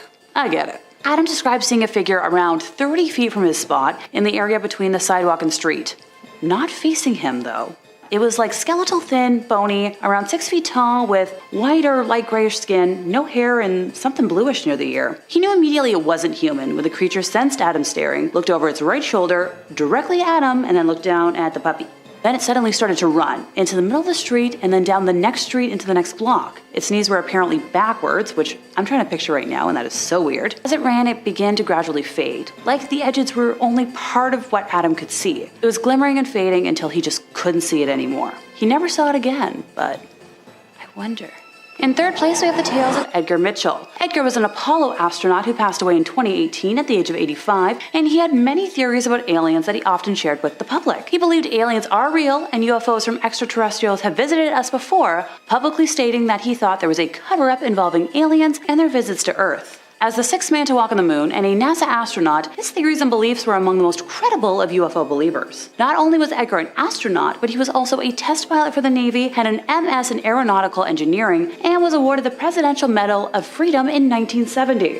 Take that for credibility. Part of his belief in alien life stemmed from experience he had returning to Earth from the moon, where he felt more connected with the universe than he had ever been before. Edgar has said publicly that he's 90% sure that many of the unidentified flying objects recorded since the 1940s belong to aliens from other planets. When he started speaking out in the 1990s, he said he was only then coming out with his knowledge because he didn't want to be labeled a UFO crank, and stood by his beliefs no matter how much he was criticized. And honestly, that's pretty credible, seeing as anyone who spoke before that, especially to do with Roswell, not a good reputation. In an interview in 1996, Edgar said that there were alien bodies at Roswell, but the government covered it up. In 1998, he called on Washington, D.C. to acknowledge publicly what it knew about alien life. He said he had witnesses he knew personally from intelligence agencies and the military who convinced him that the U.S. government had been covering up UFOs for 50 years, including evidence from Roswell. In 2008, he was interviewed and spoke about how the Roswell crash was real and aliens had contacted humans multiple times. Interestingly enough, Edgar's beliefs were in line with those of Philip James Corso, who was chief of U.S. counterintelligence corporations in Rome in the 1940s and chief of the Pentagon's Foreign Technology Desk in the 1960s. He even wrote a book, The Day After Roswell, where he said that he moved alien artifacts from the Roswell crash, which were later reverse engineered to develop some of our more advanced technology.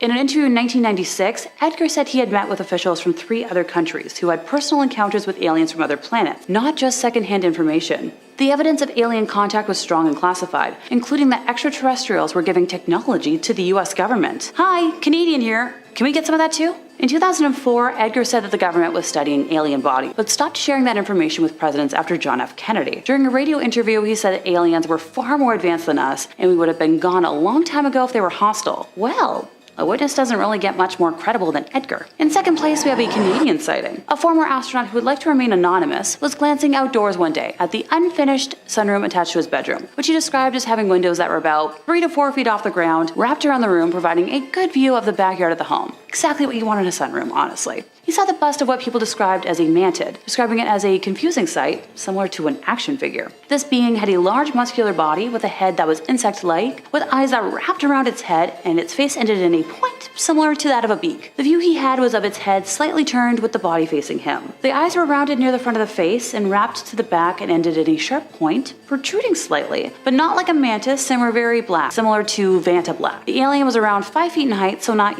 super tall, so shorter than me. The suit he was wearing was black and shiny, with an indented texture, almost plastic looking, with a large round collar. The body looked approximately human, but the musculature was more rounded and not as defined, making it look more exaggerated and like a toy or a muscle suit. The head was dark with some orange tint on it near the back and a greenish tint near the beak. After a few seconds of eye contact, the window burst outwards and our narrator looked away for a split second, during which the entity disappeared. That same summer, most of those windows in that sunroom slowly burst, which is also really weird. As time went on, he became obsessed and terrified of gray alien, describing symptoms of extreme pareidolia, seeing big black eyes in almost everything and feeling terrified. In first place, we have a communion alien. Former space traveler Kevin Daniels grew up by the woods and at the age of around 6 years old had a terrifying experience. One afternoon, while playing in his backyard with his brother, he began hearing a very hard knocking sound coming from the side of the house. He looked at the house and saw nothing, and his brother continued playing. The sound hit the house again, and once again he looked and saw nothing. This horrendous sound hit the house for a third time, but this time Kevin felt the instinct to turn his head to the left, facing the garage by the woods. This is when he spotted a gray creature standing partly behind a tree right in front of the garage. He's described it as having an upside-down onion head with large slanted eyes, a small mouth, and nose. It then telepathically communicated directly into Kevin's head, but in a demonic-sounding voice. His brother noticed something was wrong with him and asked Kevin, what was wrong, but Kevin couldn't speak. He couldn't even get his legs to move, describing the fear like nothing he had ever experienced in his life. The alien began laughing demonically in his head, and he described it as deafening. When Kevin was finally able to scream and partially run, almost falling, he ran for the front door of the house, encountering his mother, who came running, obviously concerned, asking what was wrong. Kevin was crying hysterically and screaming, realizing that whatever this thing was, it was pure evil. His parents tried asking his brother what had happened, but the brother had no idea. Kevin described to his parents what he had seen and what had happened and begged them not to look. But the parents decided to, rightfully go out and investigate the tree in the garage area, finding nothing. Many years later, Kevin came across a book that had the exact picture of the gray alien on it, called Communion. After looking through the contents of the book, he knew then that others had seen the same creature he had, and that it was real, and not just a figment of his imagination, or heat stroke, or anything like that. Number 5. Gordon Cooper. Major Gordon Cooper was an astronaut and flying ace of considerable renown, with more than a few accolades to his name. Being the first man to spend a full 24 hours in space solo, and the last American to ever spend a solo orbit around the planet altogether. Besides these lofty accomplishments, he was also very vocal about his belief and insistence of life beyond the stars. He'd experienced many strange things over his career. First, when he was an Air Force pilot in 1951, he says on a routine flight over West Germany, he encountered 3 flying metallic saucers following his plane. The incident was reported and nothing was done. But this would be far from the last strange encounter Cooper would have. In 1963, after orbiting the planet, Cooper was returning home when he noticed a glowing green orb following his capsule, which he described as ethereal. The object was picked up by a radar tracking station in Australia. But most bizarre about all of this is that when Major Cooper touched down and returned home, reporters from NBC told him they were explicitly barred from asking any questions about the unidentified object he'd experienced. Beyond bizarre, isn't it? Cooper outright says he believes higher-ups covered it up, saying on record that in the USA every day, our radar instruments capture objects of form and composition unknown to us. And there are thousands of witness reports and a quantity of documents to prove this, but nobody wants to make them public. Why? Because authority is afraid that people may think up God knows what kind of horrible invaders. We have to avoid panic by all means. Now, the implication in his words seem pretty direct, that he thinks the government covers it up because they think we can't handle it. I think we're ready.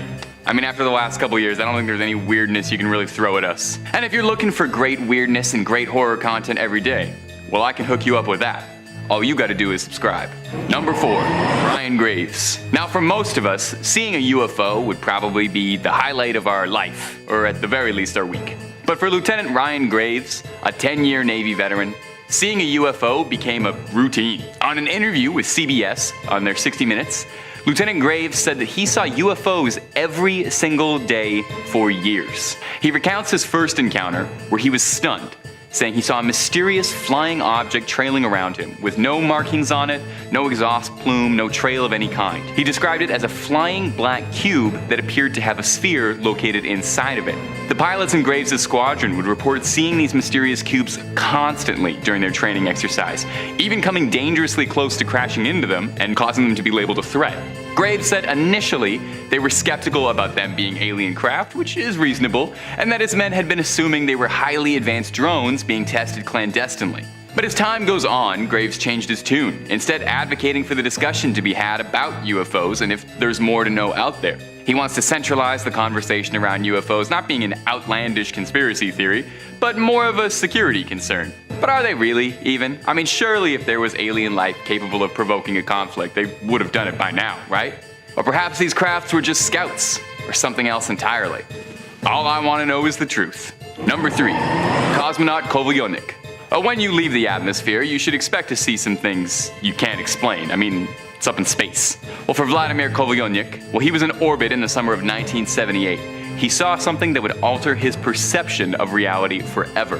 He claimed that he saw some floating entity following around the space station, reporting a glowing green ethereal orb, exactly like what Major Gordon Cooper claims to have seen following his capsule. Much like Major Cooper, that wouldn't be the only supernatural extraterrestrial experience Kovalyonok experienced.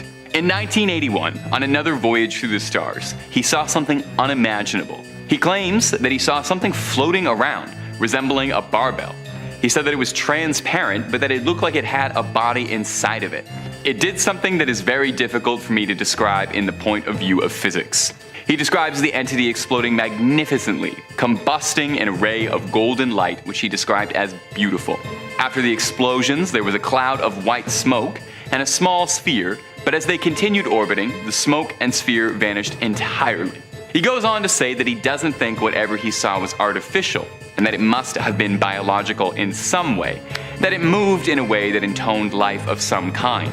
Kovalyonok was surprised that his fellow cosmonauts did not seem willing to entertain the possibility of it being life from outside the planet, outright dismissing his claims. He's been quoted saying, "Many cosmonauts have seen phenomena which are far beyond the experiences of Earthmen. For 10 years, I never spoke on such things." When he returned home, there were brief investigations that possibly what Kovalyonok saw was little more than a missile test.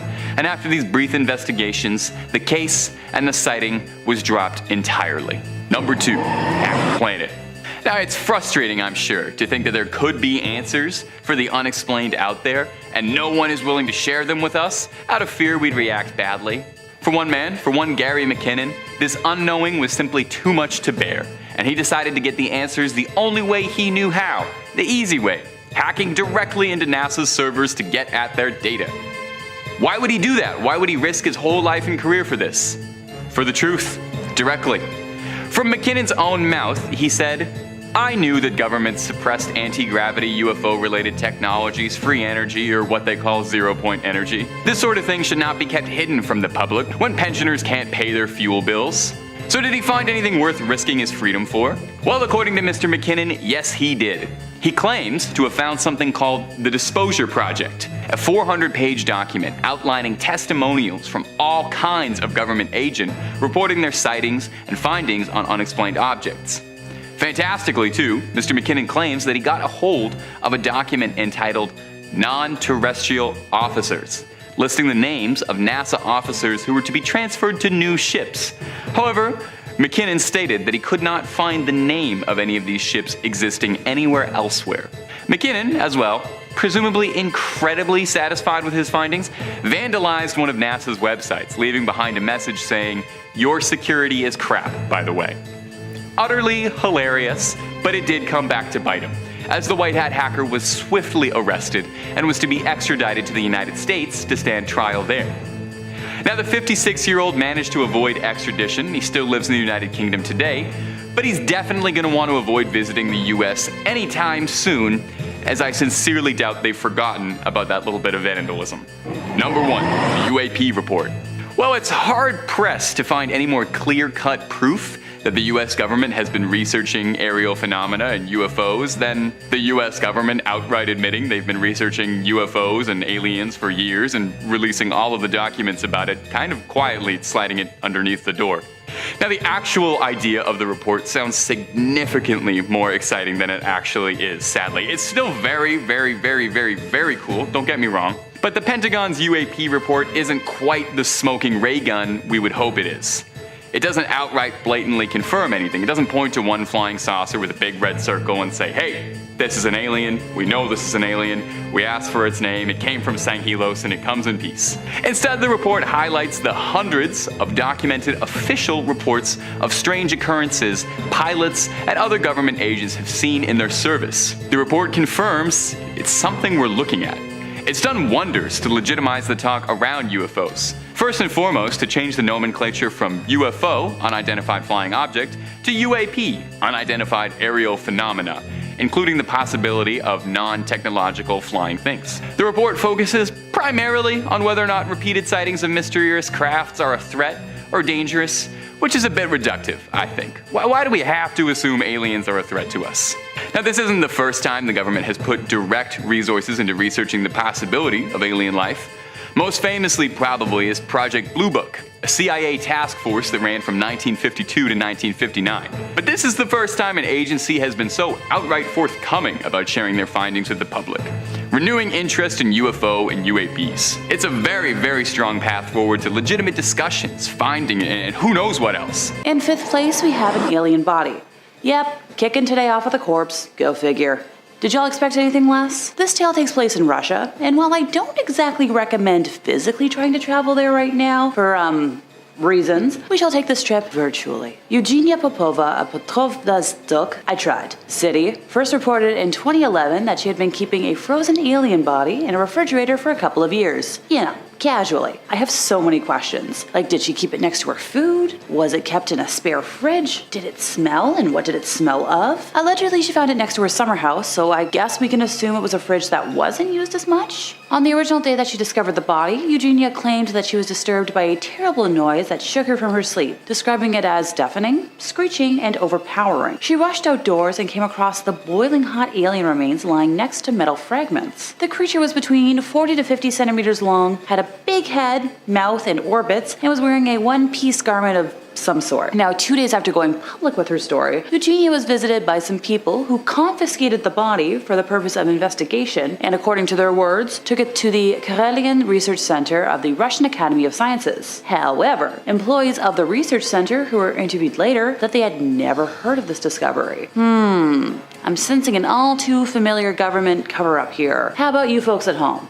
Honestly, if the photos weren't as convincing as they are, I probably wouldn't have included it in today's list, but I just couldn't tear my eyes away from how strange it looks. Like, what do you think it looks like? Let me know in the comments. In 4th place, we have a tale from Wendy's. Now, while I'm not accusing the creators of the Frosty of having alien knowledge, one of their Colorado locations happens to be the setting for our next encounter. Back in 1987, 16-year-old Jake Wells and his family were on a family trip to Texas from Washington and decided to stop at this fateful Wendy's for lunch, where Jake and his sister quickly grabbed a table for themselves to, escape the adults in the car and opted to people watch while they waited for their mom to grab food. Yeah, my brother and I probably would have done the same thing. Their table was approximately 3 feet away from 2 adults that appeared to be in their 40s or 50s. Jake and his sister Marissa immediately noticed weird vibes from this group, so they focused their observations on this family unit. The woman had long brown hair, was wearing a knee-length light tan trench coat, even though it was around 85 degrees out and in August. For those of us like myself who prefer their temperature in Celsius, that's around 29 degrees. Way too sticky icky for my liking, even if I was wearing like a sundress, never mind a full leather coat. The man of the unit looked kind of plain, with short brown hair, no facial hair, and had on glasses that were way too big for his face. The kid was weirdly dressed in clothes that were not typical for the 80s, and had short, light brown hair. All 3 of them looked like they had never seen sunlight, being extremely pale with pale lips. Okay, I'm pale, I'm not an alien. Also, the trio had large, mesmerizing brown eyes. Even though our narrator admits to really staring, the group never looked at him or his sister directly. In the middle of the family's table sat 7 or 8 hamburgers, untouched, in their wrappers, along with 5 large fries and no drinks. The family was simply sitting there, staring at the food as if it made 0 sense to them. Jake's mom eventually dropped off food for Jake and his sister, which they rapidly dug into, and after 10 minutes had passed, and the family still hadn't touched their, pile. Eventually, the mom of the group said, "Do as they do. Unwrap the items and put it in your mouth.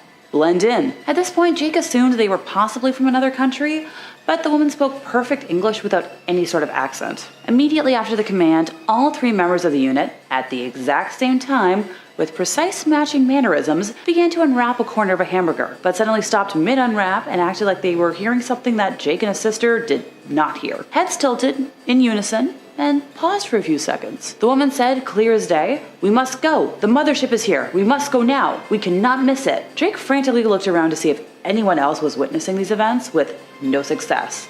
Only him and his sister. He frantically signaled to his mom for help and rushed outside, dragging her by the arm as he explained his observations. They spotted the trio going around the back of the building and followed them, only to have them disappear completely once Jake and his mom rounded the corner.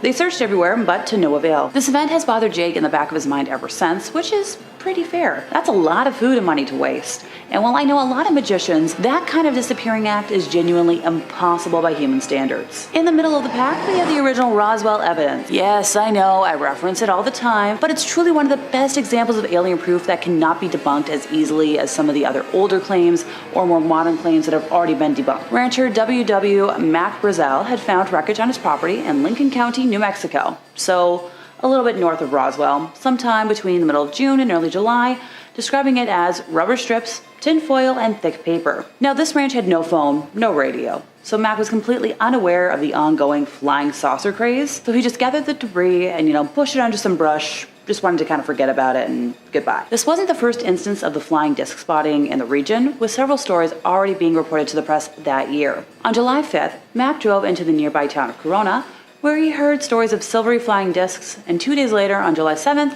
made the decision to unearth the wreckage and bring it to the sheriff's office in Roswell. The sheriff called in the Roswell Army Airfield, which assigned the matter to Major Jesse Marcel. Mac brought Major Marcel back to the debris site, and the two gathered up more pieces of rubber and tinfoil, with the Major taking the materials home. On July 8th, Public Information Officer for the Roswell Army, Walter Hott, issued a press release stating that personnel from the field's 509th Operations Group had recovered a flying disc near Roswell. On that same day, Major Marcel took the material to his base commander, Colonel William Blanchard, who reported the findings to General Roger Ramey at Fort Worth Army Airfield, WAF for short. General Ramey ordered the material be flown to Fort Worth immediately, leaving Marcel to board a crazy flight. As soon as Marcel brought the material to General Ramey's office, both Ramey and his chief of staff, Colonel Thomas Dubose, identified the material as pieces of a weather balloon kite. The weather officer on duty explained to reporters that ray wind devices were used at about 80 weather stations across the country. The balloons were attached to a 6-pointed reflective device that looked like a silver star. After launch, the balloon would expand with increasing altitude before bursting at around 60,000 feet, with pieces dispersing in their fall to the ground. After the initial newspaper reports of 1947, the Roswell incident faded from public attention for more than 30 years until the late 1970s, which brings us to February of 1978, when UFO researcher Stanton Friedman interviewed Major Marcel, whose statements contradicted those that he made to the press in 1947, saying that, they wanted some comments from him, but he wasn't at liberty to do that, so he could just keep his mouth shut. And General Ramey is the one who discussed, everything to the newspapers, the newsman, what it was, and to just forget about it.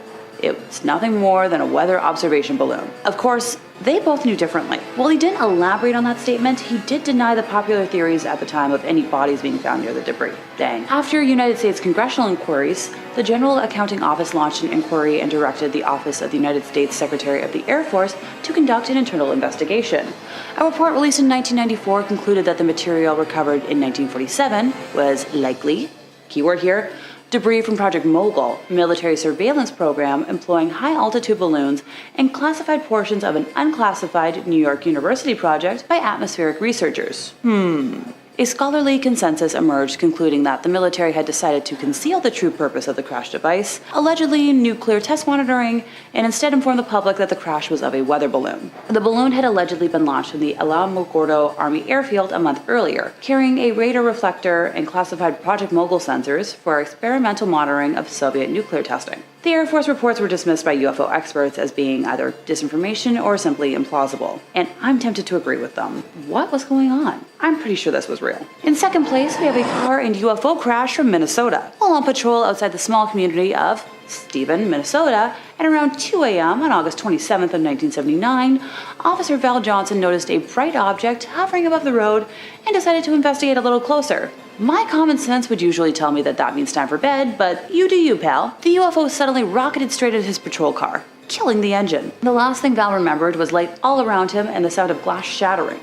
When he woke up, the strange object was gone, and he was blind and bruised, but able to radio for help. Fellow policemen soon arrived and found Johnson's 1977 Ford in a heck of a state. The windshield was splintered and smashed, there were dents in the hood, and both a headlight and the roof beacon were wrecked. The car's 2 radio antennae were bent, respectively at 45 and 90 degree angles. Val also stated that the car's clock and his wristwatch both stopped for 14 minutes and that he had been blacked out for 39 minutes. The doctor who attended to him described his sight injury as similar to welder burns, caused by extreme exposure to UV light. Thankfully, he eventually recovered his vision, and the patrol car, with the original damage intact, now stands in a museum in the Minnesota town of Warren. In first place, we have a videotape from Puerto Rico. We're traveling a little more forward in time from the last 2 tales, up to the year 1997, which happens to be the year I was born. Many visitors to the El Yunque rainforest, located in the eastern region of the island, have experienced encounters with UFOs and apparent alien creatures at the site. An interesting fact pertaining to the encounters is the fact that music, especially flute music,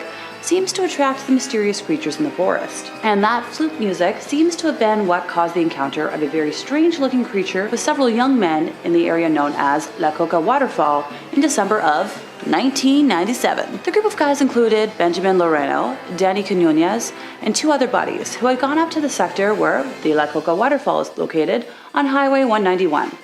They parked their car on the side of the road, and Benjamin took out a portable camcorder he had brought with him from the car. Their intention was to experience a UFO sighting and capture video evidence, as they were interested in the UFO matter, and the forest was a place where many UFO-related events had occurred. Late at night, they decided to meditate, and Danny began to play a flute, casually. Sounds like a lot of my musical theater fronts. Moments later, all of them heard something heavy fall to the ground from the high branches of a tree behind them. Looking at the group of trees from where the sound came from, they all saw a strange-looking creature that was trying to hide itself behind a tree and the undergrowth on the spot.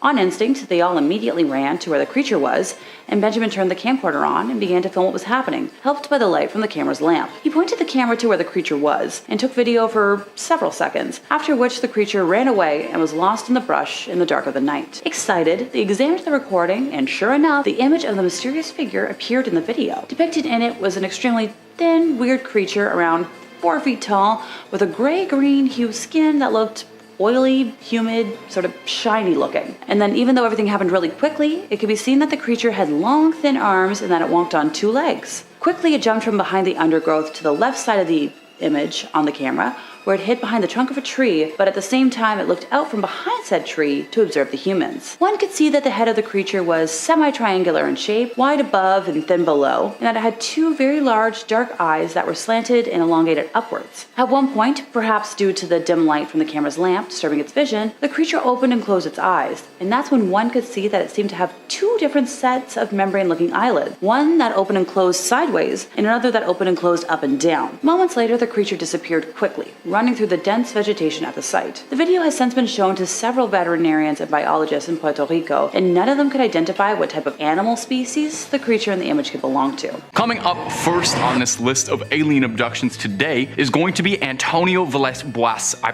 probably pronouncing that wrong, I'm gonna be honest, should have looked it up before. A Brazilian man who became infamous in 1957 when his alleged story of an alien encounter rocked our understanding of this world. According to his account, he was working on his family's farm near São Francisco de Sales when he observed a bright red object in the night sky. As this object approached, Boas claimed it changed color to orange and then landed on the ground. He described it as looking like a metallic egg-shaped craft with rotating lights on top. Reportedly, 4 small beings emerged from the craft. Humanoid, grayish blue skin, the classic like little gray alien that you always see. These beings took him aboard their craft, they took samples of his DNA, and also, if you believe what he said, they said that they had him mate with one of their more attractive female humanoid aliens. After a beautiful night, Boas claimed that he was released and watched as the craft took off and disappeared into the night sky. He reported experiencing physical symptoms afterwards, including nausea and weakness. Now, initially, Boas would keep this to himself. It's embarrassing to tell your friends you kissed an alien, I guess. Eventually, though, he would share his story in 1958, contacting a journalist and gaining widespread attention from media all over, all the way up to top 5 scary YouTube videos. And if you're looking for way more stories about alien abduction, like I just said,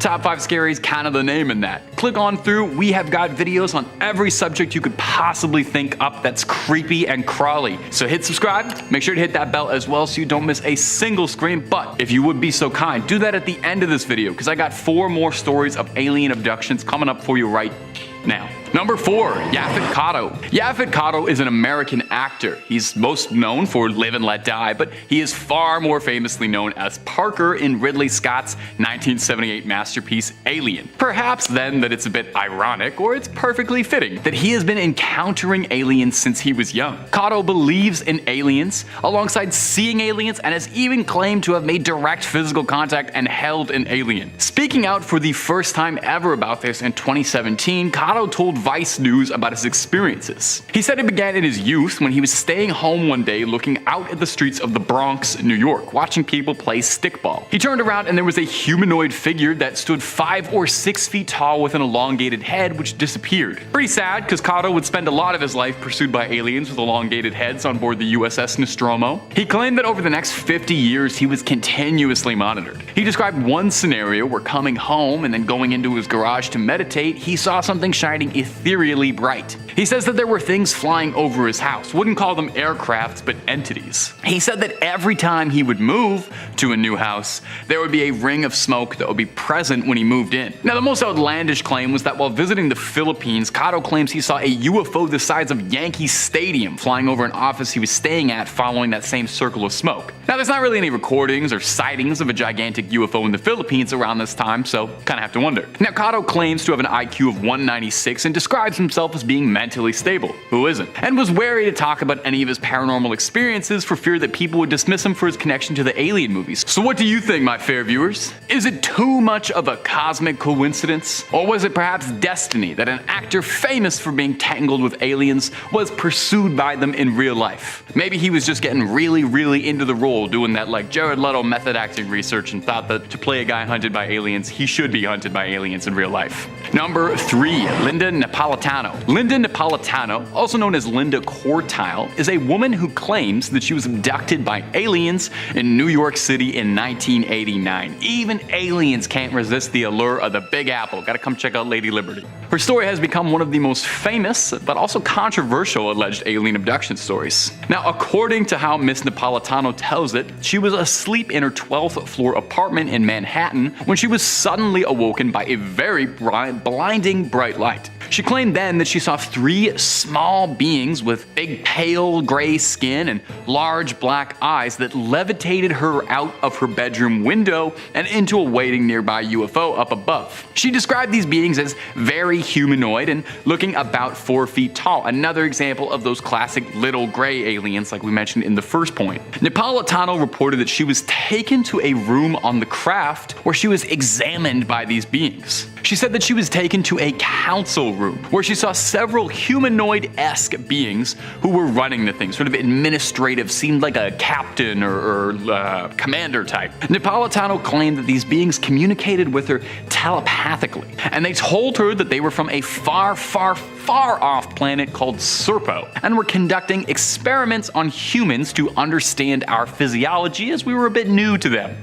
Okay then, it's completely reasonable, no cause for any alarm. Take a couple fingernails, take some spit, take some hair, take whatever you need. Now, Napolitano's alleged abduction got her quite a lot of attention because it's a fantastical story and a wild depiction of an abduction, and her story was featured in major news outlets and even a book detailing what happened. Now, obviously there is some skepticism if Napolitano is just telling a tall story to get a little attention, but over the years she has maintained that what happened to her was the good and honest truth, and has since become a fairly notable figure in the UFO communities sharing her story. Number 2, Boriska Kiprianovich. Boriska Kiprianovich is a Russian man who gained attention due to his claimed extraordinary abilities and also his alleged memories of his past life on Mars when he was a Martian. Born on January 11th, 1996 in Volsky, Russia, Boriska started attracting media attention from a fairly early age. According to Boriska, he began speaking very shortly after his birth. Babies don't usually do that. He displayed exceptional intelligence and knowledge beyond his years, claiming that they stemmed from his previous life when he lived on Mars.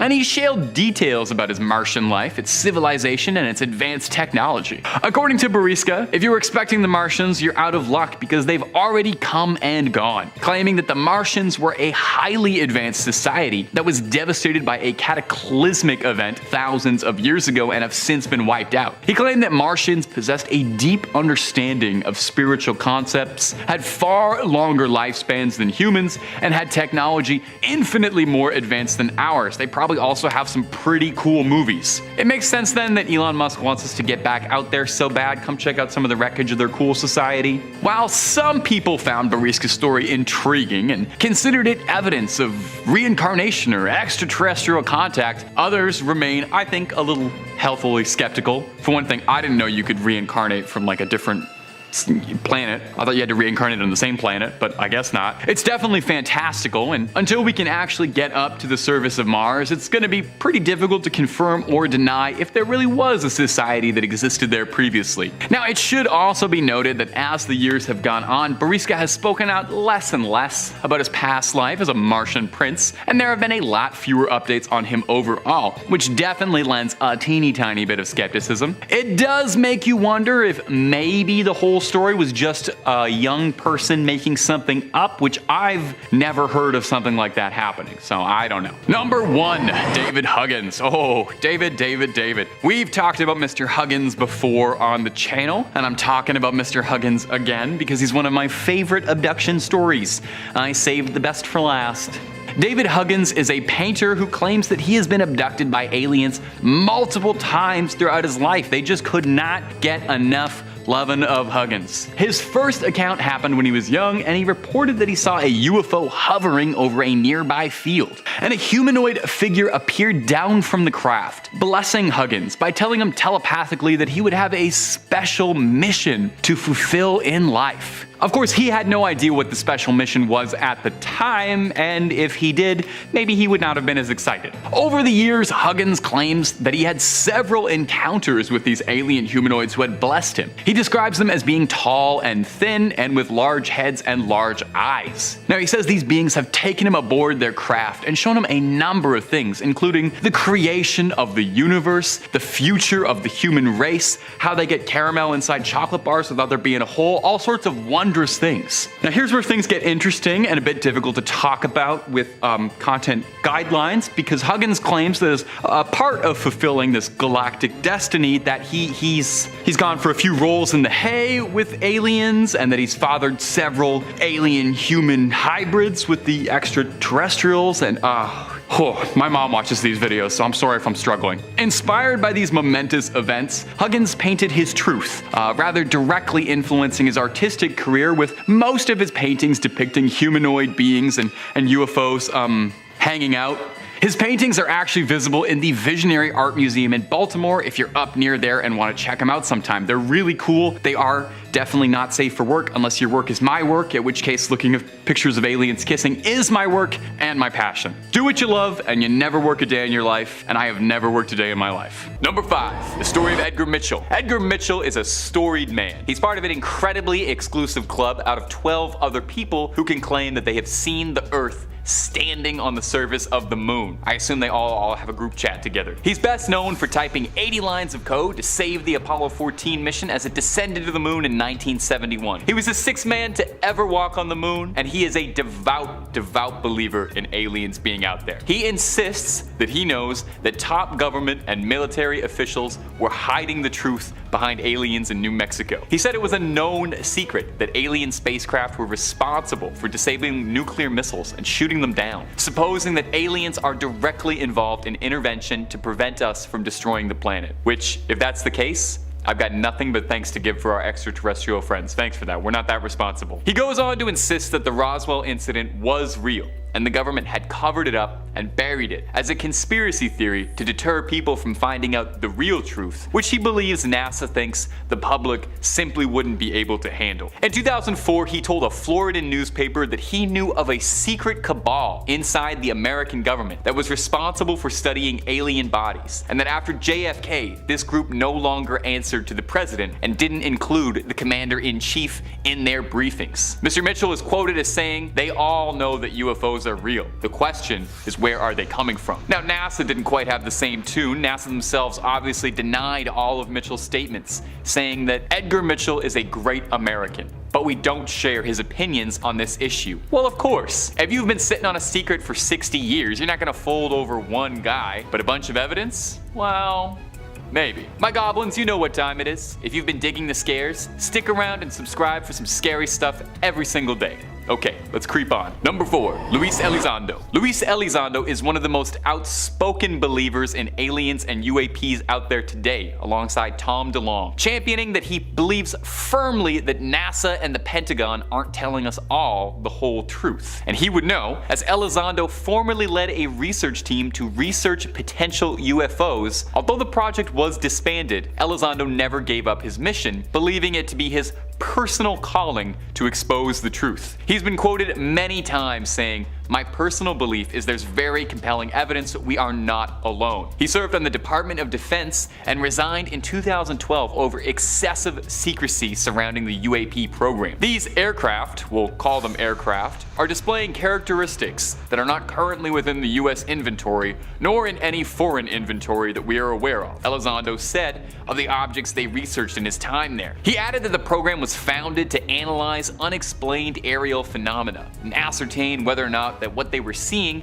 is a threat to national security or not. Kind of unnervingly, when asked about that, he said, "We found a lot. We identified anomalous aircraft that are seemingly defying the laws of aerodynamics." Which, oh hey, coming from the mouth of someone who worked at the Pentagon, that seems just a little bit suspicious, right? Right? Not just me? The quote continues, "Things that don't have any obvious flight surfaces, any obvious forms of propulsion, and maneuvering in ways that include extreme maneuverability beyond, I would submit, the healthy G-forces of a human or anything biological." Elizondo's gone so far in the past as to suggest that he thinks the US government has fragments of UFOs or UAPs somewhere, reverse engineering it to learn all their secrets. Sounds extremely like someone higher up didn't want people finding out about whatever Elizondo was getting onto. And why not? Number 3, the signal. Now, when it comes to aliens, we all kind of assume in the back of our heads that our first direct contact with them is going to be very up close and personal. That they'll come down and hopefully we'll see them face to face or face to mandible, or perhaps we'll see their ships descending on us and it's already too late. But what if our first contact was something else? A radar signal, a noise through the silence of space. In 2003, astronomers working for the SETI, short for the Search for Extra Intelligence, a project dedicated to hunting for extraterrestrial life, were using a massive telescope to look to the stars. Now, nothing much came of it except for a series of unexplained radio signals from the skies. These signals all disappeared over time except one, which was growing stronger and stronger. The signal comes from somewhere between the constellation of Pisces and Aries, and curiously, the signal is at a frequency that absorbs and emits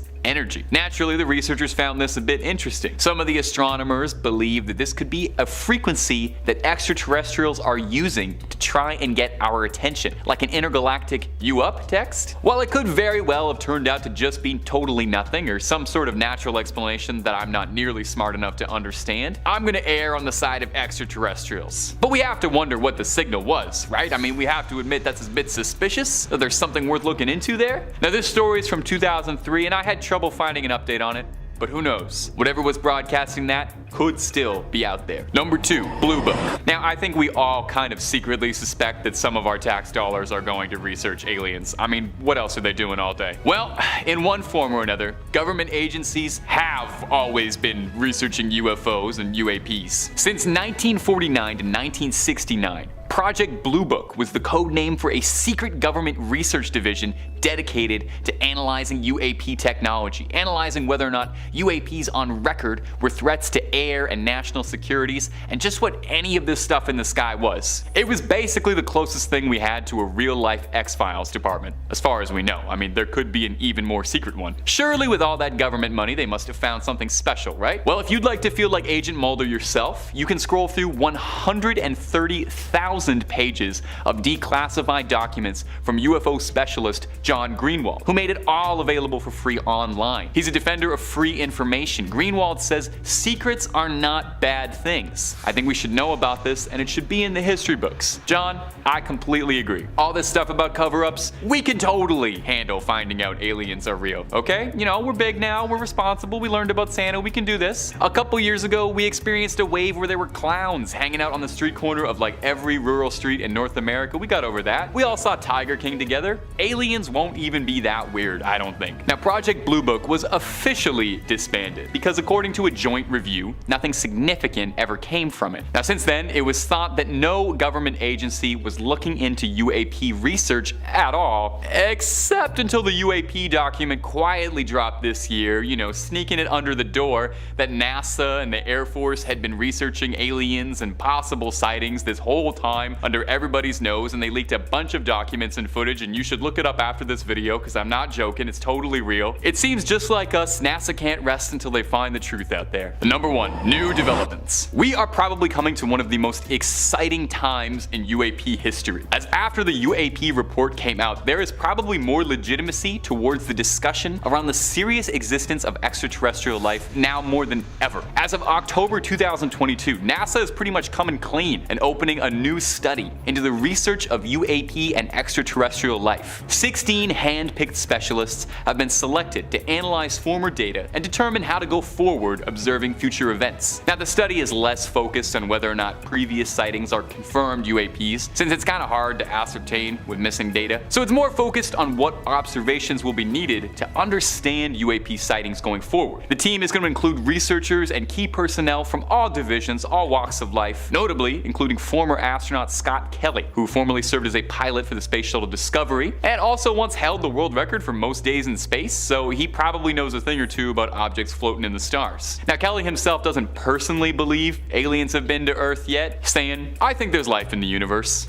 Hopefully intelligent life, but I don't think they visit planet Earth." So there's some skeptics on the team, but hey, at least they're finally coming out to get to brass tacks on this thing. Officially, openly, the government is talking with us about studying this phenomena. This is amazing. Now, you know how scientists are. They gotta have some numbers on a paper before they'll believe it. An associate administrator at NASA, Thomas Zerbchin, said, "Data is the language of scientists and makes the unexplainable explainable. Exploring the unknown of space and the atmosphere is at the heart of who we are at NASA. This is maybe the most exciting time in history to be a UAP fan." Number 5, the Barney and Betty Hill incident. The case of Barney and Betty Hill has puzzled UFO enthusiasts for generations and is considered one of the most well-documented, well-discussed UFO abduction stories, and also President Obama's favorite. He's making a documentary on it. In 1961, a young couple, Betty and Barney Hill, were driving home through New Hampshire when they saw a bright light flying through the sky. 2 hours later, they found themselves back in their driveway without knowing what had happened, confused, shocked, and afraid. The couple claimed that they traveled to a star system 39 light years from Earth, Zeta Reticuli. Before this point, there weren't really many widespread stories of abductions in the United States, so this story caught on wildly. As they were driving home, the couple noticed something bright in the sky. Feeling dizzy and drowsy, the two of them found themselves asleep and waking up in their driveway, completely lost as to how they got there. When they'd awoken, Betty was convinced that they'd experienced a close encounter and went to Air Force to report their sightings. They would spend the next 2 years explaining their case to various government officials and medical professionals. Mr. Barney Hill would go on to recount to a psychiatrist that he was having nightmarish, repetitive dreams. He would recall these creatures with slanted eyes and gray skins that took them on board and experimented on them by taking samples of their flesh and hair. The two underwent hypnosis therapy from licensed psychologists in hopes to uncover what they could have experienced and repressed. And shockingly, Betty Hill was able to draw a map of the stars seemingly from memory, a planet orbiting Zeta Reticuli. The map was nearly spot on, a near perfect recreation of the stars surrounding the actual solar system. This event would end up leading to the Air Force launching Project Blue Book, a clandestine program to research UFO and abduction stories and investigate just what's out there. And if you're looking for more UFO content, even stuff on Project Blue Book, we've got all of that and then some. Come take a look through at all the declassified files, stories of abductions, sightings, close encounters, and way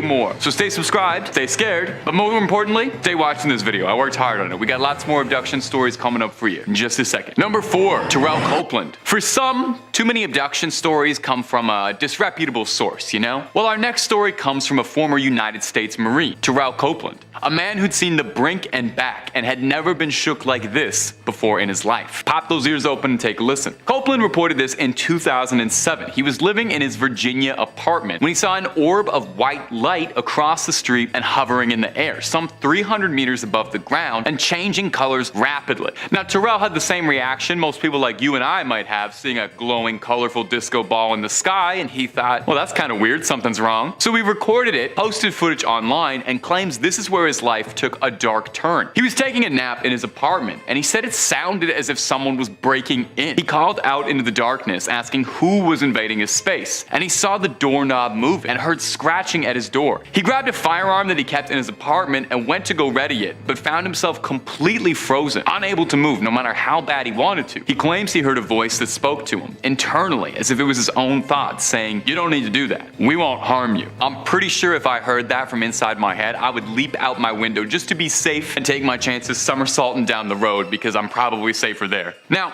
doctors thought this incident was sleep paralysis, a condition in which one can experience vivid auditory and visual hallucinations during a period of insomnia and even freeze up. But Copeland would complain of hours missing that he couldn't remember. He said there was a span of about 4 hours over the course of 2 nights that he couldn't remember a single second of. So Copeland began to keep notes and sketches of his memories as he started to have these blocked memories resurfacing. He claimed that he saw a person with an elongated skull and pitch black eyes, and said he had a vivid memory of standing on a balcony waving at a cylinder-shaped ship. On a positive note for all of this, Copeland says that he doesn't believe this incident has haunted him, but feels that it's made him a better person and asking more questions, and it's definitely given him a story to tell at parties. Number 3, Frederick Valentich. Frederick Valentich was an Australian pilot. He was well trained, and he was an avid enthusiast of UFOs and extraterrestrials. Lucky for him, he might have seen one. Sadly for him, it was the last time anyone saw him. It was 1978, and Frederick disappeared over his 125 nautical mile training flight over the Australian mainland. While at 4,500 feet in the air, Valentich reported that there was an unidentifiable craft following behind him. Melbourne Flight Services insisted that there wasn't any other aircraft in the space with him, but Frederick replied back, "No, there's something on my tail." He described it as glowing with 4 repeating bright lights and rushing past him. Valentich said it was shiny, metallic, and chrome, and he was on radio with air control for 5 minutes before he started mysteriously experiencing engine trouble. The flight controller asked him again what was following him. Valentich responded, "It's hovering and it is not an aircraft." And this was the last thing anyone ever heard from Frederick Valentich. Authorities were completely unable to recover his craft, and after an intense search, threw their shoulders up at a loss. A local farmer alleged that he had seen a strange flying object in the sky the same day as Valentich's disappearance. The farmer went on to explain that he claims he saw the plane attached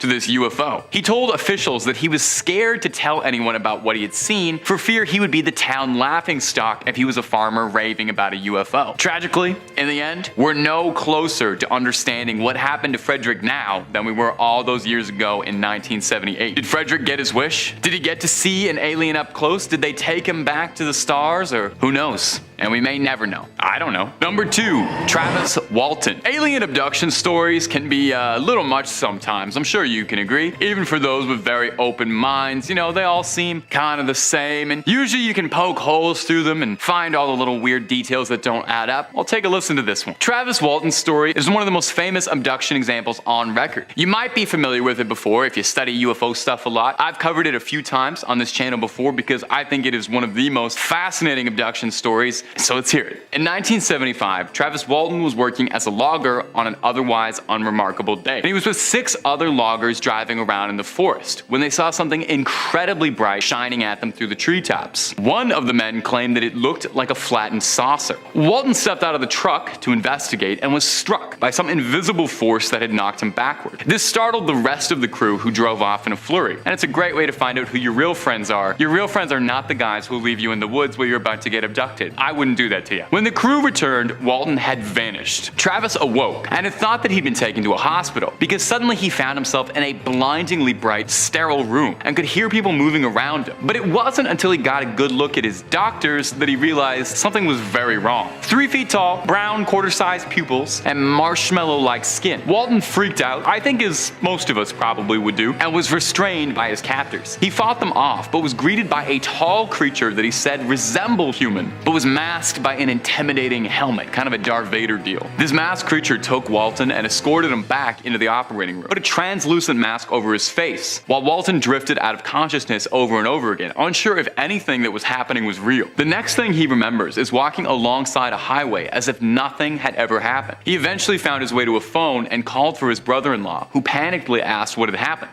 It turned out that Walton had been gone for 5 days. He was untraceable. Search parties had formed looking for him, sent dogs and choppers, tracked him from the woods, but no one could find any sign of him, as if he'd blinked right out of existence, and then blinked right back. Travis swore what happened to him was absolutely real, an abduction, and he's maintained this ever since that fateful week in 1975. Now, if you really think this story is fascinating, and you wish you could have seen some footage of what Travis described, unfortunately, he didn't bring his camcorder. You can, however, watch a 90s movie directly based off the case called Fire in the Sky. It's on Amazon Prime or something, I'm sure. And finally, number 1, the Berkshire incident. Now here's the thing with most UFO sightings. They're isolated scenarios, you know? One sleep-deprived night watchman sees something weird out the corner of his eye. Somebody up way too late sees something up in the sky. It's hard to believe just one person's story. That's why it's significantly harder to write off the experience of Berkshire County, where half the town reported seeing the same UFO. Uncanny and unprecedented. 250 residents and more all reported seeing the same UFOs flying across the night sky. So it was 1969. Multiple residents across town spotted blinding lights above Sheffield in the southern Berkshires. Witnesses reported that the lights they saw were beaming from saucers, bright lights onto the horizon. Some residents said that they felt that time was slowing down as they watched the object, claiming that it left them frozen and stunned, wondering just what it was they were looking at. One witness comes from a young student, one Thomas Reed, who said that he saw one of the floating entities, a glowing orb, dashing outside the forest. He claims he heard an eruption of crickets and frogs and a loud deafening sound, and then inexplicably 2 hours had passed without anyone understanding why or how. His mother and grandmother had switched car seats as well. Now, as an adult, Thomas Reed claims that over time, his family has corroborated what had happened to them. He speaks of being in this immensely large, almost infinitely spanning metal hangar with hallways and hallways stretching out forever. Thomas Reed took a polygraph test telling this story and was found to be 99.1% truthful. Multiple people across Berkshire that day reported similar stories. Balls of light, flying saucers, losses of time, finding themselves somewhere they couldn't explain. The residents of Berkshire may never get to the bottom of what happened there, but I know the truth is out there. And I know Top 5 Scary is gonna find it, I'm pretty sure.